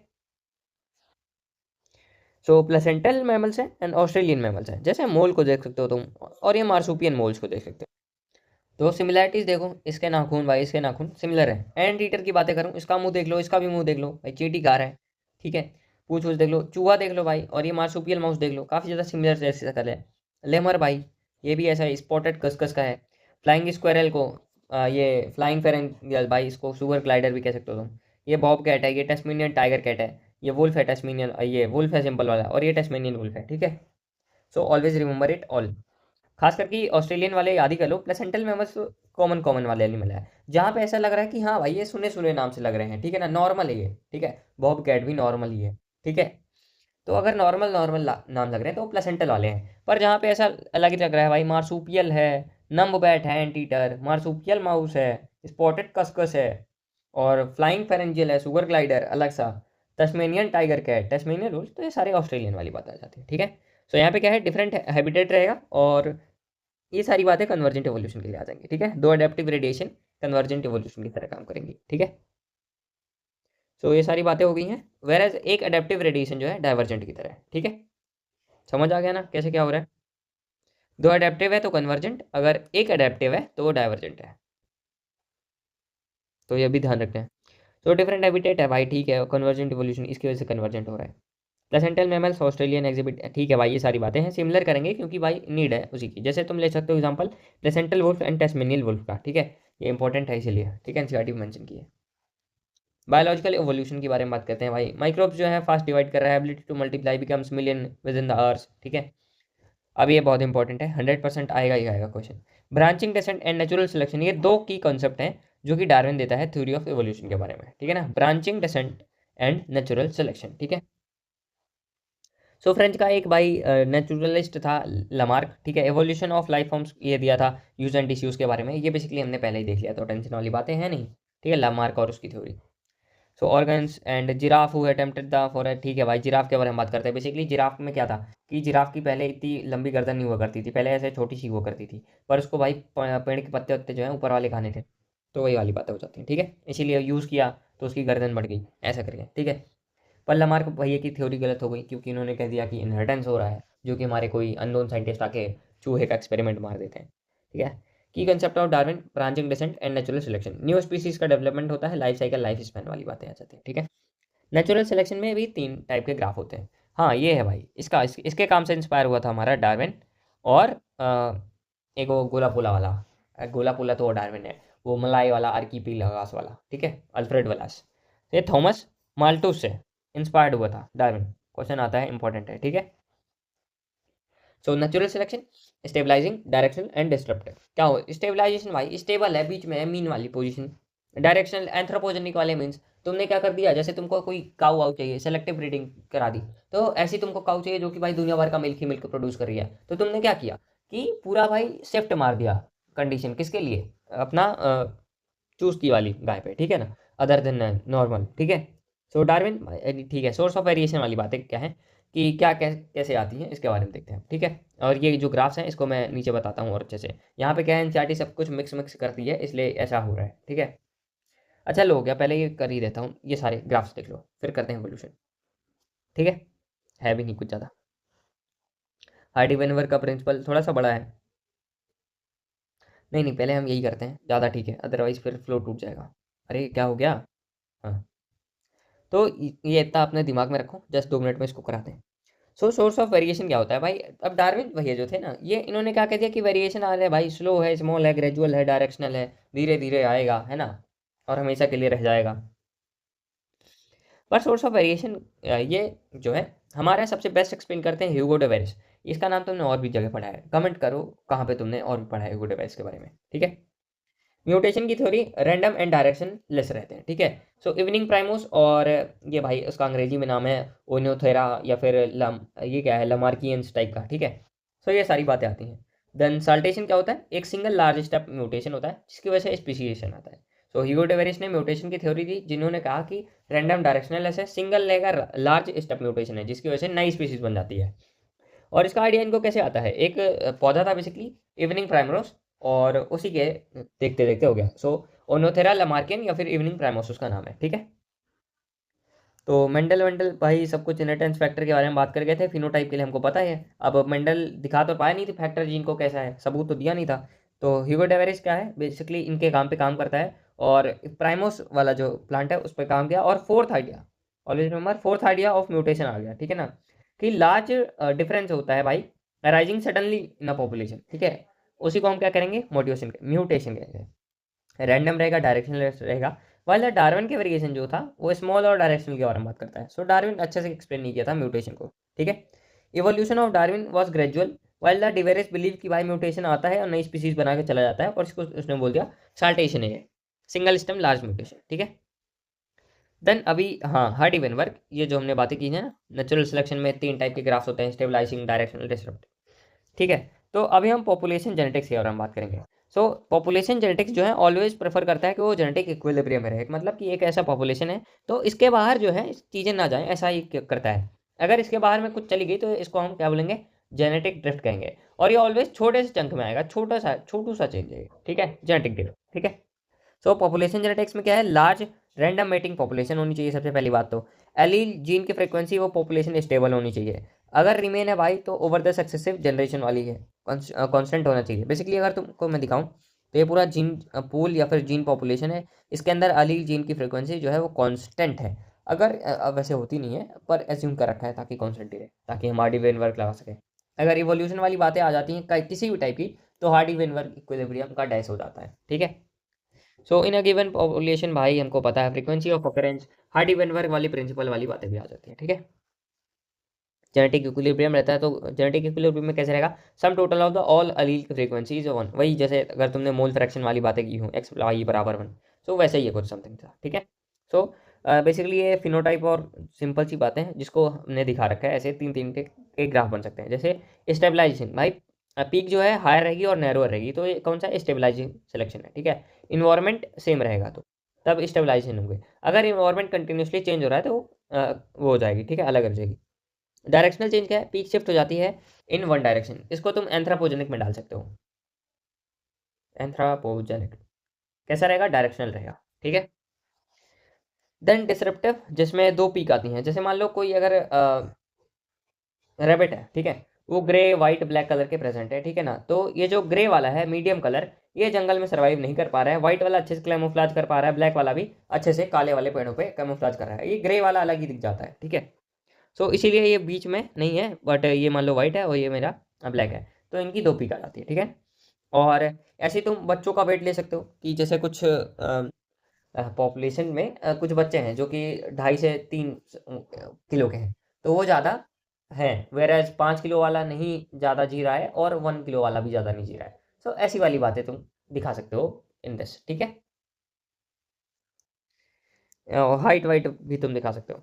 सो अभी थोड़ी सी मैथमेटिकल कैलकुलेशन सिंपल सी है, कुछ नहीं है भाई, वही पी प्लस क्यू का स्क्वायर लगा देना है, सिंपल सा, P square plus 2 PQ plus Q square. अब ये कह रहे होगे ये क्या है भाई कचड़ा सा, कुछ नहीं। जो पी है ये फ्रीक्वेंसी है डोमिनेंट अलील का, क्यू है ये छोटे से अलील का। अलील अलील तुमने पढ़ा ही है, अगर नहीं देखा अभी भी रिकमेंड कर रहा हूँ मैं तुमको, POI और MBI देख लो, बहुत अच्छा लेक्चर है भाई, तुमने ऐसा लेक्चर कहीं नहीं पढ़ा होगा, एम डैम श्योर, ठीक है, बराबर बन। सो अमाइनो अमाइनो एसिड क्यों पढ़ रहा हूँ इसको मैं, ये डोमिनेंट अलील, ये मेरा मिक्स वाला, और ये सबसे छोटा वाला रिसेसिव इंडिविजुअल, ठीक है, ये हेट्रो वाला है, ये प्योर हाइब्रिड है। अभी मान लो तुमको ऐसा क्वेश्चन दे दिया जाता है कि देखिए ऐसा है कि 0.2 करके मेरा रिसेसिव अलील है, तो डोमिनेंट वाला कितना रहेगा। एक फॉर्मूला तो हमारा ये है और दूसरा ये है, तो तुम सिंपल अगर बोलते कि डोमिनेंट वाले का निकालना है, सो रिसेसिव का दे दिया है, तो ऐसा 1 माइनस 0.2 करके तुम इसका बड़ा वाला निकाल सकते हो, ठीक है। अब जैसे ये तुमको आ गया तो फिर तुम यहाँ पे भी सिंपल सा सब्स्टिट्यूट कर सकते हो, जैसे यहाँ पे 0.8 तुमने निकाल लिया, सो पी स्क्वायर कर देना, 0.8 का 0.64 हो जाएगा, ठीक है, और 0.2 का है तो उसको भी कर लेगा तो 0.04, ठीक है। देन 2 PQ के लिए कुछ नहीं, 2 टाइम्स ऑफ 0.88 करके ऐसे निकाल लोगे, कोई दिक्कत तो नहीं होने वाली है ना, ठीक है। सो पहला फॉर्मूला ये है, और अगर वो ऐसा हेट्रो वेट्रो सब कुछ का पूछे तो ये वाला फॉर्मूला, ठीक है। अब फैक्टर कौन से हार्डी वेनवर्क की भाई डैश कर सकते हैं, सबसे पहला mutation, crossing over, recombination, natural selection, gene migration. अगर ये कुछ भी आ जाता है तो हमारा हार्डी वेनवर्क वाली बातें कैंसिल हो जाती हैं, ठीक है। अभी हम बात करते हैं जेनेटिक ड्रिफ्ट, बहुत ज़्यादा इंपॉर्टेंट है, पूछा जाता है बहुत बार, ठीक है। जीन माइग्रेशन क्या है उसके बारे में भी देखते हैं, पहले हम जेनेटिक ड्रिफ्ट देखते हैं, ज़्यादा क्वेश्चन आता है। जेनेटिक ड्रिफ्ट में रैंडम ड्रिफ्ट है बेसिकली एक, ठीक है ना, रैंडम चेंज होता है जीन फ्रिक्वेंसी में पॉपुलेशन में, प्योरली बाय चांस इवेंट है again, seen in a small isolated population, ठीक है, इंपॉर्टेंट है, रिमेंबर इट। और इसी को हम फाउंडर इफेक्ट भी कहते हैं, ठीक है, और ये बॉटल नेक इफेक्ट होता है, फाउंडर इफेक्ट, जेनेटिक ड्रिफ्ट। सो इस पूरे पॉपुलेशन का छोटू सा पार्ट इधर आ गया है, सो एन हो जाएगा ये फाउंडर इफेक्ट, स्मॉल पॉपुलेशन का पार्ट है रहेगा, ठीक है। जीन माइग्रेशन या जीन फ्लो क्या है, पूरी पॉपुलेशन ए जो है पॉपुलेशन बी, ठीक है ना, इसमें क्या रहेगा, तो पॉपुलेशन ए के लोग पॉपुलेशन बी में कंटिन्यूसली माइग्रेट किए जा रहे हैं बार बार बार बार, तो यहाँ पे जीन का फ्लो हो जाता है। बेसिकली ये वैसी बातें हैं कि मान लो एक तुम्हारा जापान है, इंडिया है, ठीक है ना, तो कोई इधर से जापान का जो है या फिर इंडिया का है, इधर पे इधर जाके शादी कर लेते हैं ये दोनों, तो इससे क्या हुआ, जीन फ्लो जो है वो माइग्रेट हो जाएगा, जीन का फ्लो हो जाएगा, ठीक है, सिंपल, ठीक है। तो वही वाली बातें हो जाती हैं। देन यहाँ पे इक्थायोसॉर्स है भाई, ठीक है, मछली के बारे में। सो हार्डी वेनवर्क की हमने ऊपर वाली भी देख ली है, सो ये वाला भी हमने देख लिया है। अब यहाँ पे 2 P² ये बाइनोमियल एक्सप्रेशन है, P+Q का होल स्क्वायर, फ्रीक्वेंसी, ये सारी बातें हैं, 5 फैक्टर हैं हार्डी वेनवर्क की, डैश कर सकते हैं, ठीक है, अफेक्ट कर सकते हैं basically. Gene migration, gene flow भी कह सकते हो जिसको तुम, genetic drift, mutation, genetic recombination या फिर नेचुरल सिलेक्शन, ठीक है, इंपॉर्टेंट है, रट लेना है। फाउंडर इफेक्ट क्या है, जेनेटिक ड्रिफ्ट है बेसिकली है, अगर कोई भी some changes by chance genetic drift हो जाती है। समटाइम्स क्या होता है कि अलील की फ्रीक्वेंसी जो है वो थोड़े से नए सैंपल में या फिर नई पॉपुलेशन बना देती है और अलग स्पीसीज बन जाती है अलग जगह पे जाके, ठीक है, क्योंकि इन्वायरमेंट है, इन्वायरमेंट अलग चीज़ों को अगर प्रमोट मार रहा होगा तो अकॉर्डिंग टू इन्वायरमेंट वो पॉपुलेशन अपने को अडेप्ट मार लेगी, ठीक है, और इसी से ये फाउंडर इफेक्ट बन जाता है। नेचुरल सिलेक्शन में एक प्रोसेस है बेसिकली हेरिटेबल वेरिएशन की, जो कि इनेबल करता है बेस्ट सर्वाइवल, ठीक है, ताकि वो जो रिप्रोड्यूस कर रहा है उसका ज़्यादातर नंबर ऑफ प्रोजनी रहे। बेसिकली अगर तुम देख रहोगे कुछ अगर ऐसी मछलियाँ हैं जिनका चांस रहता है बहुत ज़्यादा कम जीने का, तो वो जो प्रोजनी है वो बहुत हाई नंबर पे करती हैं। वेयरएज़ अगर मान लो कोई ऐसा ऑर्गेनिज्म है जिसको पता है कि हाँ भाई जी जाएगा, तो वो बेसिकली कम ही रिप्रोड्यूस करती हैं, ठीक है ना। जैसे अगर तुम एलिफेंट्स को लेते हो, एलिफेंट कभी भी ऐसा 600-700 बच्चे पैदा नहीं करेगा, ठीक है, वो बेसिकली एक ही करता है जिसको पता है कि भाई अपन इतने ताकतवर ही कौन ही भिड़ लेगा, लपेट दूंगा मैं जिसको भी आकर, ठीक है। तो वो बेसिकली ऐसा पता है उसको, तो नेचर ने उसको ऐसे बना रखा है, ठीक है। सो नेचुरल सिलेक्शन ही भाई स्टेबलाइजेशन भी लाती है और मोर इंडिविजुअल एक्वायर्ड करते हैं, इसलिए मीन कैरेक्टर्स, डायरेक्शनल वैल्यू भी, अरे रुको, हाँ ठीक है भाई, अभी छोटा हो जाए कहीं तो, हाँ। सो नेचुरल सिलेक्शन वही स्टेबलाइजिंग भी है, मोर इंडिविजुअल एक्वायर करेंगे मीन वैल्यू किसमें, स्टेबलाइजेशन में। और वेर एज अगर डिस्ट्रप्टिव की बात कर दो, मोर इंडिविजुअल एक्वायर करेंगे पेरिफेरल कैरेक्टर्स, एंथ्रोपोजेनिक वाली बातें एट द डिस्टर्बिंग कर्व, ठीक है। तो अभी हम देखते हैं थोड़ी सी बातें एवोल्यूशन, ठीक है। सो यहाँ पे क्या है, ब्रीफ अकाउंट ऑफ इवोल्यूशन। यहाँ पे बेसिकली 2000 मिलियन, अगेन हमको पता ही है क्या है, फर्स्ट अगेन रिपीट कर रहा है वही, ठीक है। तो 2 बिलियन ईयर एगो, ये सारी बातें हैं। और how non seller aggregate giant macromolecules, वही अगेन रिपीट कर रही है पूरी एनसीईआरटी, ठीक है। जाइंट मैक्रोमोलिक्यूल्स, आरएनए डीएनए वाली बातें। और could involve I with the membranous envelope and known some of these cells that are ability to release oxygen वाली बातें, ठीक है। सो इक्थायोफिस कुछ ऐसी मछली है, ऐसा कुछ दिखता है, ठीक है ना। तो सबसे पहली बातें करते हैं इवोल्यूशन का टाइम कैसे चल रहा है, ठीक है ना, बेसिकली क्रोनोलॉजी या फिर ब्रीफ अकाउंट ऑफ एवोल्यूशन। मछली जो है सबसे पहला वो एम्फीबियन के बारे में आती है, तो ये लोबफिन या फिर इक्थायोफिस, नहीं थायोसॉरस नहीं है। सो लोबफिन वाली बातें आती हैं। लोबफिन कहाँ है, लोफिन लोफिन लोफिन ये है क्या, आई होप सो ये सिनोनिम्स को लोफिन कहता हूँ, ठीक है। सो लोफिन तुम अपन सर्च कर लेना यार, ठीक है। सो फिशेस में लोफिन आती है एम्फीबियन के लिए। और कुछ ऐसे भी रहते हैं भाई जो कि रेप्टाइल से इधर वापस आ जाते हैं, एक थायोसॉर्स 200 मिलियन ईयर एगो, रेप्टाइल से बेसिकली। और रेप्टाइल एव्स के बीच का कनेक्टिंग लिंक कौन है, आर्कियोपेट्रस, जिसको हमने बता ही दिया है। एंड मैमल्स क्या है, फर्स्ट मैमल लाइक जो थे वो श्रूज थे, माउस लाइक एनिमल है, श्रूज क्या है, माउस लाइक एनिमल है, ठीक है। कौन से टाइप पे कौन सा प्लांट आया है उसके बारे में है बेसिकली, ठीक है। अगर तुम देख रहोगे पैलेंजोइक एरा है, पैलेंजोइक एरा में ये सारी बातें हैं, Silurian, Devonian, Carboniferous and Permian. Mesozoic era में Triassic, Jurassic, Cretaceous. And Cenozoic में क्वाटरनरी एंड टर्चरी, टर्चरी के बाद क्वाटरनरी, ठीक है।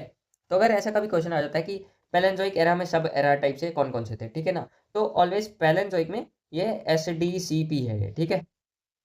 तो देखो तुम इसको ऐसे याद कर सकते हो, ये सीनोजोइक का क्वेश्चन आता नहीं है, पैलेंजोइक का आ सकता है कि कौन सा कैसे ऐसा है, ठीक है। सो उसका मेरा सिलोरियन से SDCP करके याद कर लेना है तुमको, बेसिकली पैटर्न ही पूछेगा कि कैसे कैसे ये डेवलप हुआ है, और कोई क्वेश्चन नहीं बनता है, तो टेंशन नहीं लेना। मेसोजोइक में ऐसे ही ट्राइसेक से जुरासिक, देन मेरा क्रिटेशियस वाला है, ठीक है। देन मेरा यही सारी बातें हैं, और यहाँ पे कैसे कैसे चल रही हैं ये हो जाता है। कभी भी इनसे ऐसा पर्टिकुलरली एग्जांपल नहीं पूछता है, तो टेंशन वाली बातें है नहीं अपने को, ठीक है। और अगर कभी आ भी जाता है ना, तो मीजोजोइक में तुमने प्लांट किंगडम भी पढ़ा है, गिंकोज आर द ओल्ड वाले, तो गिंकोज ऑलवेज तुम ऐसा क्लासीफाई मार सकते हो इसमें, ठीक है। और कॉमन सेंस लगा लेना है थोड़ा सा प्लांट किंगडम का, कि कौन कौन से कहाँ कहाँ पे बेसिकली हो सकते हैं। अर्ली वाला है तो मेरा आ जाएगा एल्गी ब्रायोफाइटा जैसे, और एडवांस वाले में है थोड़ा सा, तो ऐसी बातें हो जाएंगी, ठीक है। और एंजियोस्पर्म फ्लावरिंग वाले तो सबसे लास्ट में ही आएंगे, सीनोज वगैरह में, ठीक है। तो ये सब याद करने की जरूरत है नहीं, ठीक है। देन अभी आते हैं यहाँ पे अपना क्या है, तीन बातें हैं यहाँ पे। सबसे पहले तो 500 मिलियन ईयर है वो इनवर्टिब्रेट्स है जो कि मोर एक्टिव फॉर्म थे, ठीक है। पहला ऑर्गेनिज्म जो कि इन्वेड करता है लैंड को, वो कौन सा था, प्लांट थे। कभी भी ऐसा बोल देता है कि first organism which invaded a land are animal, तो गलत हो जाएगा, ठीक है ना। ऑलवेज सबसे पहले पौधा आता है, क्यों, क्योंकि पौधा अलग ही है भाई, नेक्स्ट लेवल, ब्रायोफाइटा ही एम्फीबियन बन गया। सो 320 मिलियन ईयर अगो सीवीड बेसिकली फ्यू प्लांट्स ये सारे इन्वेट करते हैं बेसिकली। 500 मिलियन ईयर अगो ये हुआ था, और 320 में फर्स्ट इन्वेट कर लिए थे, ठीक है ना। 350 में एक और बातें आती हैं, जॉलिस फिशेस, जॉलिस फिशेस हमने पढ़ी है भाई, और एनिमल किंगडम में भी थी, ठीक है, लैम्प्री और वो वाली बातें। सो 1938 में मेरा फिश सबसे पहली कैप्चर की गई थी साउथ अफ्रीका से, सीलोएंथ करके, ठीक है ना। ये बेसिकली ऐसी सुंदर सी मछली टाइप सी है, ठीक है, ऐसे कलरफुल फिन्स फिन्स हैं इसके, ठीक है। इसको ऐसा सीलोएंथ कैंथ नाम है इसका। इसको हमने सोच रखा था कि भाई एक्सटेंड हो चुकी होगी, पर साउथ अफ्रीका में 1938 में फिश को पकड़ा गया था, ठीक है। और ये सारी बातें हो जाती हैं, ठीक है। देन डायनासोर तो अब पूछा नहीं जाता है कि कैसे क्या होता है, ठीक है, तो टेंशन लेने नहीं है। और बाद में मैंने तुमको बता ही दिया है कि अगर पैलेंजोइक में आता है तो SDCP, ठीक है ना, ऐसा करके याद कर लेना है, ठीक है ना। SDCP, और मीजोजोइक में ट्राइसेक, जुरासिक एंड कार्बोनी वाला, ठीक है ना। क्रेटिस जैसे कार्बोनी तो पैलेंजोइक में होता है, ठीक है। देन यही सारी बातें हो जाती हैं। एक्सटेंट हो जाता है टर्चरी में, ठीक है, एक्सटेंट हो जाता है टर्चरी में डायनासोर। और यही कनेक्टिंग लिंक का ही काम करते हैं ये सारे कुछ। पर I don't think so connecting link पे क्वेश्चन पूछा जाएगा इस बार, और पूछा जाएगा तो आर्कियोपेट्रस के बारे में पूछा जाएगा बस, ठीक है, क्योंकि ये एक्स्ट्रा टाइप से आ जाता है, क्योंकि एनसीईआरटी में ऐसे डायरेक्टली नहीं दिया है हर एक की कनेक्टिंग लिंक के बारे में, ठीक है। स्लो सिंगल सेल्ड ये सारी बातें हैं। 500 मिलियन ईयर को इन्वर्टिब्रेट्स ज़्यादा एक्टिव हुए थे। जॉलेस फिशेस के बारे में करता हूँ तो 350, फ्यू प्लांट्स 320 में अराउंड, ठीक है ना। इसको 350 320, ठीक है, सिमिलर है, ऐसा ध्यान कर लेना है, ठीक है। फ्यू प्लांट अराउंड 320 हैं, फ्यू ऑर्गेनिज्म इन्वेट करते हैं जो कि होते हैं प्लांट, ठीक है। और ऑलवेज रिमेंबर, अगर ये जॉलेस फिश का ऐसे एक्सचेंज करता है तो इसको ध्यान रखना है, जॉलेस फिशेस मतलब 350 में है और प्लांट मेरा 320 में है, ठीक है। अगर 350 मिलियन ईयर एगो की बात करता हूँ 1938 में, सो सीलोन करके एक फिशेस थी जिसको हमने सोचा था कि एक्सटेंट है, वो साउथ अफ्रीका में मिल जाती है 1938 में, ठीक है। फर्स्ट एम्फीबियन जो कि लैंड और वाटर में दोनों में किए थे, वो एम्फीबियंस है और इवॉल्व होते हैं into reptiles. 200 million year ago reptiles are different different, ठीक है। सो अब यहाँ पे थोड़ी सी और डायनासोर वाली बातें हैं कि टीरेक्स जो था 20 फीट का होता है, ड्रैगन लाइक टीथ रहते हैं और ऐसी तैसी मार देता है सबकी। मैं तुम्हारे लिए एक मस्ती स्लाइड यहाँ पे ऐड करूंगा, बताना वो कैसा बनाया मैंने, ठीक है। रीजन नॉट नोन भाई, क्यों डायनासोर लोग एक्सटिंक्ट हो गए नहीं पता है, पर ऐसा सब लोगों का प्रोक्लेम टाइप का है कि क्लाइमेटिक कंडीशन की वजह से मर गए, इवॉल्व हो गई थी भाई सारे बर्ड में, ठीक है। बेसिकली अगर तुम मुर्गी की बात करो ना, हेन के अंदर तुमको डायनासोर का डीएनए है, ठीक है, समझ रहे हो। डायनासोर मुर्गी जो आज तुम डैश करते रहते हो, अगर उसके एंसेस्टर को पता लग गया ना, डायनासोर को कच्चा चावा जाएगा तुम लोगों को, वो भी बिना मसालों के। सो ट्रुथ लाइज बिटवीन दस एंड स्मॉल साइज के रेप्टाइल्स हैं स्टिल एग्जिस्ट, ठीक है। ठीक है भाई, सब कुछ लिखा रखा है, ठीक है ना। तो समझ आ गया कि कौन सा पॉसिबल रीजन है, क्लाइमेटिक एंड बर्ड वाला।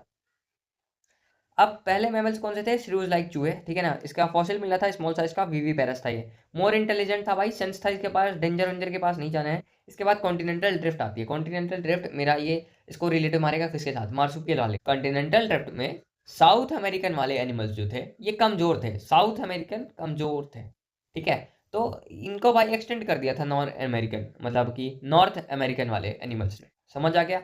साउथ अमेरिका को डैश कर दिया था नॉर्थ अमेरिकन वालों ने, ठीक है। और तुमको पता है कॉन्टिनेंटल ड्रिफ्ट हो गई थी भाई, तो ऐसे यहाँ से अमेरिका से कट के यहाँ पे आ जाता है ऑस्ट्रेलिया, तो यहाँ पे ऐसा कुछ था नहीं नॉर्थ साउथ वाले का, नॉर्थ साउथ वाली कंडीशन थी नहीं। तो ये ऑस्ट्रेलिया में क्या था, मार्सुपियल जो थे एकदम फ्लरिश मारते थे, इसको बेसिकली नेचर ने ऐसा गिफ्ट मार दिया, चल हो गया मैं तेरे पे रहम खा के तेरे को ऑस्ट्रेलिया में अलग जगह दे देता हूँ, ठीक है। सो बिकॉज ऑस्ट्रेलिया में कोई भी कंपटीशन नहीं था कॉन्टिनेंटल ड्रिफ्ट की वजह से, तो मार्सुपियल खूब फ्लश की, खूब जिंदा रहे। वेर साउथ अमेरिकन वाले एनिमल्स की डैश हो गई थी, नॉर्थ अमेरिकन वाले अलग ही लेवल पे चल रहे थे उस टाइम पे। भाई जो भी दिख जाए साउथ साइड का उसको लपेट देते थे, ठीक है। सो ये सारी बातें हमने देख ली हैं, कोई दिक्कत वाली बातें हैं नहीं। और एनसीईआरटी फर्स्ट मैमल लाइक स्ट्यूस, छोटा साइज का मिला वीवी पेरस का फॉसिल, और मोर इंटेलिजेंट थे, सेंस कर सकते थे, डेंजर वेंजर को अवॉइड करते थे। कंटिनेंटल ड्रिफ्ट में तुमको पता है कि साउथ अमेरिका वाले जो थे वो भी ज्वाइन करते हैं नॉर्थ अमेरिका में, वेर जो नॉर्थ अमेरिकन वाले खतरनाक थे तो साउथ अमेरिका वाले को खत्म कर दिया, basically overwritten by the North American fauna due to some same continental drift. Pouched animal basically Australia में, पाउच मतलब मार्सुपियल वाले, उनके पास कोई कंपटीशन बचा ही नहीं भाई, कंटिनेंटल ड्रिफ्ट की वजह से बेसिकली कट के अलग जगह पे चला गया। सो सम मैमल्स भाई लिव करते हैं होली भाई इन वाटर, और ऐसे मैमल जो कि पूरी तरीके से पानी में, उनका नाम है well, dolphin, sea cow and seal. Sea cow क्या है, काउ की तरह ही दिखती है, पर उसका मुंह जो है थोड़ा मछलियों की तरह है, और बॉडी जो है काउ की तरह ही है, ठीक है। ऑफकोर्स पाँव नहीं रहेंगे, फिंसी रहेंगे, और ठीक है। तो उसकी शक्ल जो है बेसिकली ऐसा इमेजिन कर सकते हो, ठीक है। अब यहाँ पे रट्टू तोता वाली बातें, मतलब क्वेश्चन तो आते रहते हैं, बट ठीक है फ्रीक्वेंसी ज़्यादा है इसलिए कर लेते हैं, ठीक है ना। इसको मैं ड्रा हैन से याद कराता हूँ, ठीक है। तो अब वेट, हाँ लिखा है मैंने कहीं पे आपसे। सो ड्रा मतलब ड्रायोपैथिकस एप लाइफ है, राम राम भगवान हमारे कैसे थे, मैन लाइक थे। देन ए से मेरा ऑस्ट्रेलियोपैथिकस और होमो हेबिलियस है, होमो हटा दो हेबिलियस, होमो तो रहेगा ही, एरेक्टस, होमो तो होमो इसमें नहीं रहेगा, नियंत्रण। इसके बाद मैक्रोमैन वाला, ठीक है ना, क्रोमैगन वाला, इसके बाद मॉडर्न मैन, ठीक है। तो अपना इसके लिए कोई दिक्कत है नहीं, अपना ड्राहन से काम हो जाता है। बेसिकली ड्रायोपैथिकस मेरा एप लाइक है, रामापैथिकस मैन लाइक है, ऑस्ट्रेलियोपैथिकस और होमोबिलियस ये दोनों क्या थे, फ्रूट ईटिंग वाले थे। और यहाँ पे आग जलाना आ गया था इनको, तो ये मीट खाने लग गए थे। नियंडरथल की कैपेसिटी ओपेसिटी याद कराता हूँ, ठीक है ना। आर्ट की डिस्कवरीज, सबसे पहला केव आर्ट मेरा 18,000 साल पहले एमपी के रायसेन वाले डिस्ट्रिक्ट में मिल गया था, ठीक है ना। एग्रीकल्चर की बातें करता हूँ तो 10,000 साल पहले ही हमने ह्यूमंस जो मॉडर्न मैंस थे वो 10,000 साल पहले ही ये सारी बातें चालू किए थे, एंड सेटलमेंट होना चालू कर दिए थे। बेसिकली पहले क्या था, नोमैड की तरह, भाई नोमैड होता है क्या होता है, बेसिकली बंजारों की तरह एक्ट करते थे कि ट्रैवल कर रहे हैं पूरा, पर फिर उसके बाद सेटलमेंट वाली बातें आ गई और स्टेबल हो गए। होमो इरेक्टस में एक इंपॉर्टेंट है, 1.5 मिलियन ईयर वो आया, ठीक है। एंड नियंत्रण भाई 40 के या फिर 1 लाख ईयर ओल्ड थे ये, ठीक है। सो और क्या बातें हैं यहाँ पे, ये ड्रा हैंड हमारी ट्रिक है, परफेक्टली है, इससे तुम कुछ भी सॉल्व मार सकते हो। सो तुम्हारे को याद करने वाली चिंता खत्म, बस ये केवीआर याद करना है 18,000, एग्रीकल्चर 10 के, मॉडर्न मेंस, होम इरेक्टस 1.5, ठीक है। सो रामापैथिकस मेरे मैन लाइक थे, ड्रायोपैथिकस एप लाइक थे, 15 मिलियन ईयर है वो। देन ऑस्ट्रेलोपैथिकस ये फ्रूट खाएगा और इसमें हंट करेगा with the stone. Homo habilis meat वीट नहीं खाता था अभी भी ये, ठीक है, फ्रूटी थे। सो ऑस्ट्रेलो और होमो हेबिलियस सेम सेम थे। होमो हेबिलियस की भाई जो क्रेनियल कैपेसिटी थी, या फिर कह सकते हो ब्रेन की कैपेसिटी, वो मेरा 650 से 800 क्रेनियल कैपेसिटी थी। फिर इसमें क्या हुआ, इन्होंने +1 कर लिया भाई, अपग्रेड कर लिया, ठीक है ना। फॉसिल इन जावा मैन भी मिला था मेरे को होमो इरेक्टस का, और 900 cc यहाँ पे फायर और मीट, ये सारी बातें ये करने लगे थे। ठीक है, फिर अब नियंत्रण मैन की अगर मैं बातें करता हूँ मैं, तो ये क्या है भाई, भरी करने लग गए थे डेड बॉडीज को, कवर करते थे अपने हाइट से। हाइट क्या होता है बेसिकली, वो जो मुर्गी उर्गी होती हैं या फिर कुछ भी ऐसा एनिमल जिसका फर वर निकाल के वो लोग कवर करते थे अपने आप को, या फिर उसके पंखों से बना के कपड़े, उसको हाइट कहते हैं। सो ऐसा ये कवर करने लगे थे। इसकी सबसे ज़्यादा कैपेसिटी थी 1400। सबसे ज़्यादा वैसे तो क्रोगमैन की थी, जो कि अब क्वेश्चन में पूछा नहीं जाता इसलिए मैंने इंक्लूड नहीं किया है। सो नेटरथन की 1400 cranial capacity.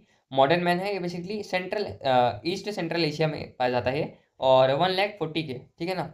So modern man east central Asia, और ओल्ड वाले अगर बात करता हूँ तो अफ्रीका में। ठीक है, सो होमोसेपियंस, एग्रीकल्चर सेटलमेंट, ये सारी बातें आने लग गई थी। ठीक है, सो और कुछ बचा है क्या, नहीं बचा है। So about 15 million year ago primate जैसे कि ड्रायोपेथिकस होते हैं, रामापेथिकस, ये एग्जिस्ट करते थे। वेयर द भाई दुनिया भर का हेरी एंड चिंपैंजी जैसी शक्ल थी। रामापेथिकस मोर लाइक मैन लाइक थे। ड्रायोपेथिकस वाज एप लाइक। ठीक है, फ्यू फॉसिल के मैन को हमको मिली है इथोपिया और तंजानिया में। ठीक है, ये क्या है भाई, अफ्रीका। इथोपिया का है और तंजानिया भी अफ्रीका। 3 से 4 मिलियन ईयर अगो। और मैन लाइक प्राइमेट्स जो थे भाई, ठीक है, प्राइमेट्स जो थे ईस्ट अफ्रीका में पाए गए थे। ठीक है ना, man like primates east Africa में पाए गए थे। East Africa, east central Asia, ठीक है, अफ्रीका ही है। देन ऑस्ट्रेलियोपिथेकस की इंपॉर्टेंट है कि ईस्ट अफ्रीकन ग्रासलैंड में पाए गए थे ये। ईस्ट अफ्रीकन ग्रासलैंड में पाए गए थे ऑस्ट्रेलियोपिथेकस। सो ड्राहन में ये भी ऐड कर लेना। ऑस्ट्रेलियोपिथेकस कहाँ पाया गया था मेरा, कहाँ पाया गया था, बोलो बोलो, ग्रासलैंड में। कहाँ के, अफ्रीका के। ठीक है, और ऑफ कोर्स ईस्ट ईस्ट है तो कोई दिक्कत है नहीं, ये भी ईस्ट है और ये भी ईस्ट है। ठीक है, अफ्रीकन ग्रासलैंड में ईस्ट अफ्रीकन। वेस्ट साउथ तो करेगा नहीं, अगर करता है तो तुम्हारे पास कॉमन सेंस है, सब कुछ ईस्ट ईस्ट चल रहा है, साउथ का कोई चांस ही नहीं है।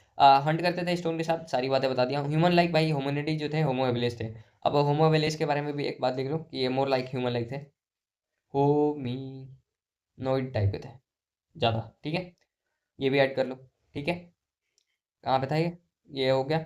होम एबिलिस ब्रेन की कैपेसिटी 650 से 800। देन +1 कर लिया था HEN, इसका 650 से 800, इसमें हो गया 900, इसमें हो गया 1400। ठीक है, सारी बातें हो गई हैं। और fossil found in Java 1891 reveal किया नेक्स्ट स्टेज, ये जावन ह्यूमन इरेक्टस बाई 1.5 कब हुआ था, 1891, ये भी लिख लो। जावा मैन 1891, कहाँ पे है जावा, जावा 1891। ठीक है, और क्या है 1.5 होमो इरेक्टस की ब्रेन कैपेसिटी, हमको पता ही है ये सारी बातें। ठीक है, देन नियरडेंथरन ब्रेन की साइज जो थी वो 1400 cc थी। Lived in the near east central Asia, जो कि 1 लाख से 40,000 पुरानी है, हमको पता है। होमोसिपियंस अरोज बाई अफ्रीका से मूव्ड होते हैं कंटिनेंटल लैंड, ये सारी बातें हैं। Then during the ice age between the 75 से 10 के ईयर ओल्ड, ये होमोसिपियंस अराउजर है। ठीक है ना, प्री हिस्टोरिक केव आर्ट भी हमको मिला 18,000 में ईयर ओल्ड में। एग्रीकल्चर केम अराउंड भाई 10,000 ईयर अगो, और ह्यूमन सेटलमेंट स्टार्ट हो गया था। ठीक है, समरी भाई, आर यू सीरियस, इतने बड़े चैप्टर की इतनी छोटी सी समरी। ओरिजिन ऑफ लाइफ में धरती में हम समझ सकते हैं भाई, ये सारे बैकग्राउंड ऑफ यूनिवर्स है। ठीक है, मोस्ट साइंटिस्ट भाई ऐसा केमिकल एवोल्यूशन से मानते हैं, क्या है बायोमोलिक्यूल से।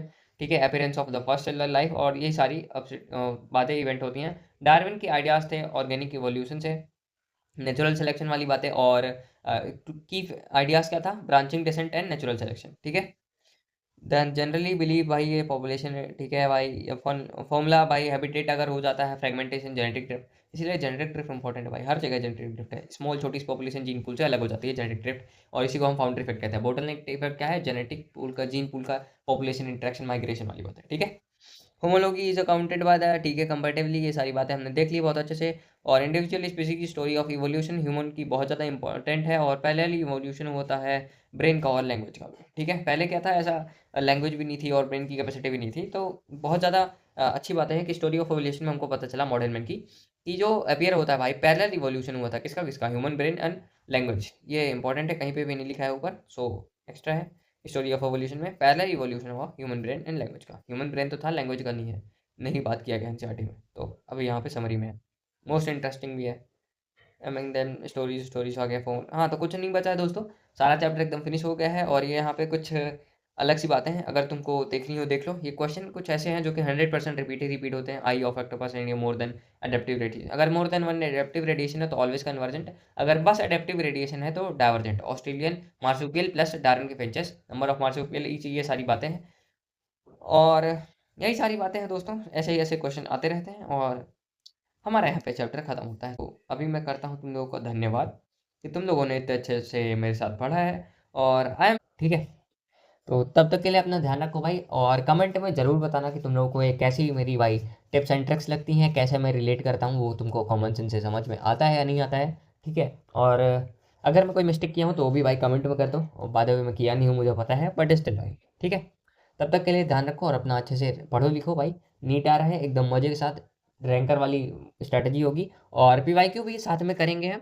ठीक है, only PYQ series type C भी, ठीक है, तो वो भी देख लेंगे अपन।